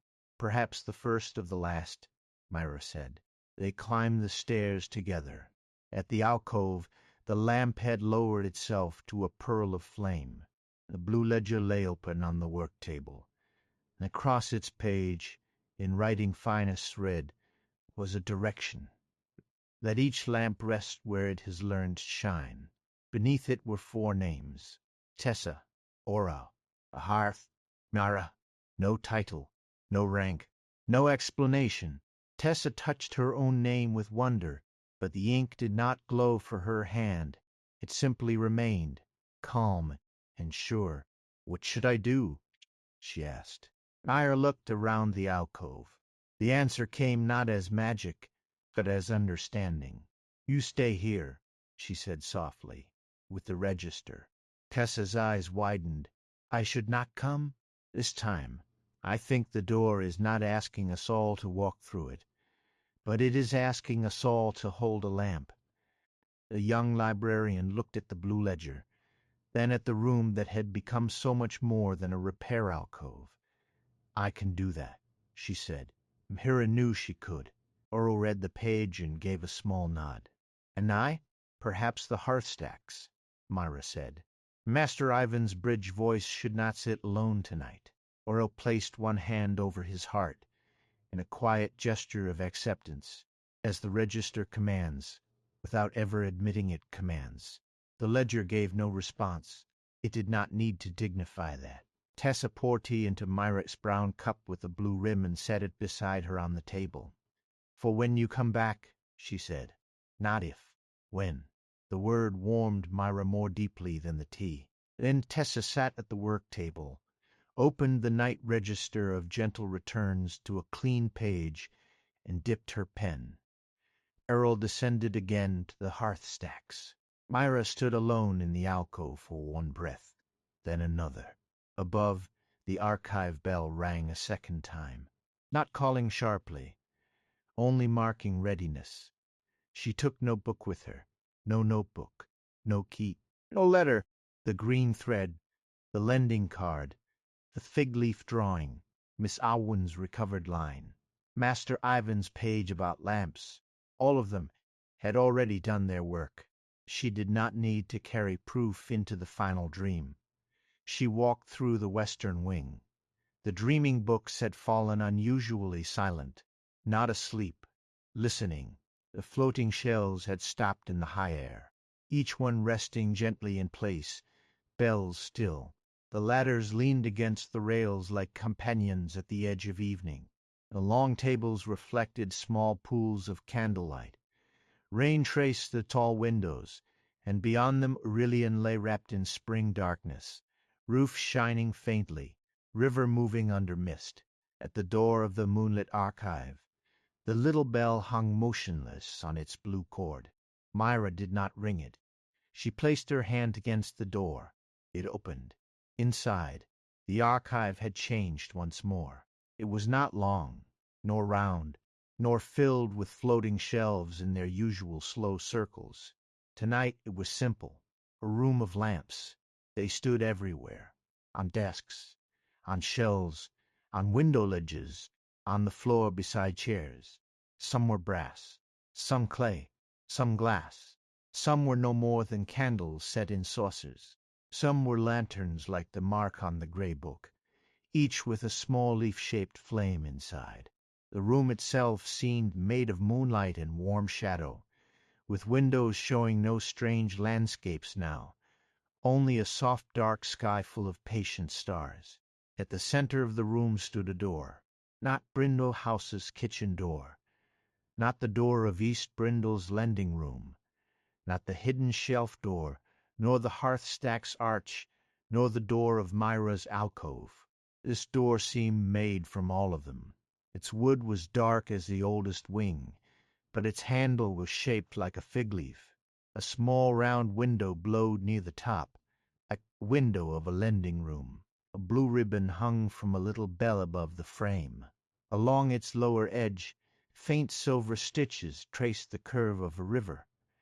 On the threshold lay a strip of worn rug, as if someone had placed it there so that any guest might feel expected. Beside the door rested The House That Remembered. The gray book lay open on a low stand. Its pages were full of glowing ink.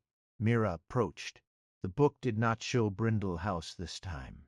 It showed lamps, one in a lending room, one in a kitchen, one beside a repair table, one in the hearth-stacks, one in a schoolhouse window, one on a bridge in rain, one at the desk where Master Ivan had once written by candlelight, one held by Tessa as she waited at the alcove table.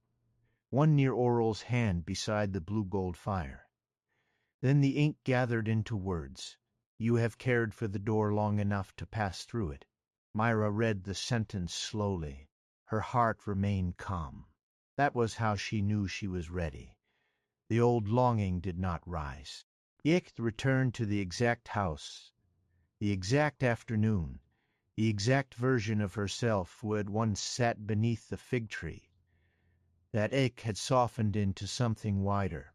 She did not need the past to open as it had been. She needed only to see what it had become within her, and what it could bless as it moved forward. The little bell above the door chimed. Once, then rested. Mira opened the door. Beyond it was not a room, at first.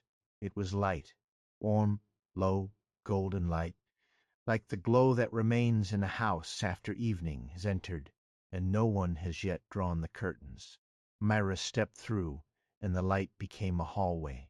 The hallway had many doors. None were closed. To her left, she saw the kitchen of Brindle House, but not as a place asking to keep her. The stove burned low. The blue bowls rested on the shelf. Rain moved beyond the window. The fig tree leaned against the glass, larger than memory, older than childhood, live in its own continuing way. On the table sat a loaf of bread, a cup of tea, and a folded cloth. The room was empty, and beautifully so. It had no need to summon anyone. It was simply there, safe in the story of having been loved. Mira stood at its threshold. "Thank you," she whispered. The little kitchen bell moved once. Then the door remained open, but Mira walked on. To her right was the East Brindle lending room. The round desk waited beneath the window. Peppermint sweets rested in their dish. The gray shawl lay folded over the chair. The book of quiet doors sat closed on the desk, no longer waiting in loneliness, but resting after a task completed. On the page beside it lay Miss Alwyn's handwriting. Not a letter this time. A single line. "You'll learn to answer." Mira smiled. She did not reach for the book. She did not need to. Further along the hall, she passed the hearth stacks. The blue gold fire glowed. The Lornfall map shone softly on the wall. Master Elvin's cedar box rested near the register. Aurel sat with his tea, not alone, but among the books that had known how to become warm again. The river blue bell did not ring. Its silence was content. Then she passed the repair alcove. This doorway made her pause longest. Inside, Tessa sat at the table, exactly as Mira had left her, writing in the blue ledger by lamplight. But the dream showed more than the present. It showed the alcove as it might be in years to come. Tessa older, teaching another apprentice how to warm a stiff spine, another cup added to the shelf, the saucer of found things fuller, the night register open and used, a shawl over the chair that might not be Mira's. The room continuing, not by preserving Mira's hands, but by carrying forward the care they had practiced there. Mira felt no sadness at this, only release. The work did not end where her own hands stopped. A library was not lit by one lamp. The hallway opened wider. Now there were rooms Mira did not recognize. A bakery with a pear tree outside. A schoolhouse rebuilt on higher ground, its windows bright in a new village. A marsh house where a chair still stood near the window. A room in Aurelian, where an old man hummed a song he had found in a book. A narrow apartment, where a young reader held a borrowed volume carefully, because some librarian had once taught her that books notice kindness. A garden not yet planted. A shelf not yet discovered. A door not yet needed. The dream did not ask Mira to enter them. It only let her see that the care had begun to travel, that at the end of the hallway stood a final room. It had no name. It was shaped like the inside of a book before the first word is written, quiet, open, full of waiting. At its center stood a table with three things upon it. The old East Brindle lending card. A fig leaf, green gold and luminous. A small lantern with a living leaf inside its flame. Mira approached. The lending card now held all its lines. Borrowed. The Book of Quiet Doors. Returned when ready. Answered in kindness. Continued by many hands. The fig leaf rested beside it, not pressed flat now, but fresh, as if newly fallen from a tree that grew in every remembered place at once. The lantern burned without consuming its leaf. Mira understood. This was the gift of the final dream, not a memory, not a message. A lamp. She lifted it. The flame was warm but did not burn. The leaf inside it glowed with soft veins of green light. As she held it, Mira heard the library beyond the dream. Tessa's pen moving across the register, Aurel turning a page below, rain at the windows, shelves breathing in sleep, bells resting in their places. A house that remembered, or spoke without words, or perhaps Mira understood without needing speech. The lamp was not for keeping the past alive. The past was not a small creature requiring rescue. The lamp was foreseen by, for noticing the tenderness already present in rooms, books, people, thresholds, and ordinary tasks, for remembering that stories did not only ask to be cared for, they also taught the hands that held them how to become gentle, how to rest, how to return. Mira held the lantern close. The hallway, the rooms, the fig leaf, the card, the distant bells, all softened, not disappearing, settling. The dream began to close in the way a book closes when it has finished being read aloud for the night, page by page, room by room, lamp by lamp. Mira stepped back through the final door and found herself once more in the moonlit archive. The room of lamps was still there, but dimmer now. Each lamp had lowered its flame. The house that remembered her lay open on the stand, its pages blank except for one line of glowing ink. Now rest where you are loved. Mira touched the page. Will you still dream? She asked. The book warmed beneath her hand. A final answer appeared. When needed, not always. Mira smiled. That, too, was a kind of peace. The book had done what it came to do. It did not have to call every night, or carry every room, or keep every ache awake. It could sleep among borrowed homes. It could dream when dreaming was kindness, and rest when rest was kinder. Mira closed it gently. The title on its spine glowed once. The House That Remembered Her. Then the glow softened to a small brown shimmer, no brighter than firelight behind a curtain. Mira carried the lantern with the leaf flame out of the archive. Western Wing had begun to murmur again. Not loudly, never loudly. The dreaming books whispered, their high shelves, but tonight their voices were slower, softer, nearly indistinguishable from rain. The floating shelves resumed their quiet paths. Their bells did not ring. They only moved through the dimness like thoughts drifting toward sleep. At the repair alcove, Tessa looked up. Her pen rested beside the open night register. Mira placed the lantern on the work table. The alcove warmed. Tessa looked at the flame, then at Mira. Is it finished? She asked softly. Mira thought of the hallway, the open rooms, the Carter's final line, continued by many hands. Yes, she said, and continuing. Tessa nodded, understanding enough. The register turned itself toward Mira. On the clean page, Tessa had written while waiting. Mira entered after the archive bell. The lamps were left low. The hearth was held below. The register was kept above. No one carried the night alone. Mira read the entry and felt its truth settle into her. She added only one line beneath it. The final dream gave back a lamp. The blue ledger warmed. From below, the hearthstack's bell sounded once, low and content. A moment later, from the moonlit archive, the small silver bell answered. Then the shelf bells overhead rang softly, one by one, not in alarm or summons, but in completion. Finally, the city bells of Aurelian marked the late hour from beyond the windows. Their notes moved over rooftops, river, courtyard, sleeping street, and quiet library. One by one, the bells faded. One by one, they rested. No bell remained to call. No door remained unopened for that night.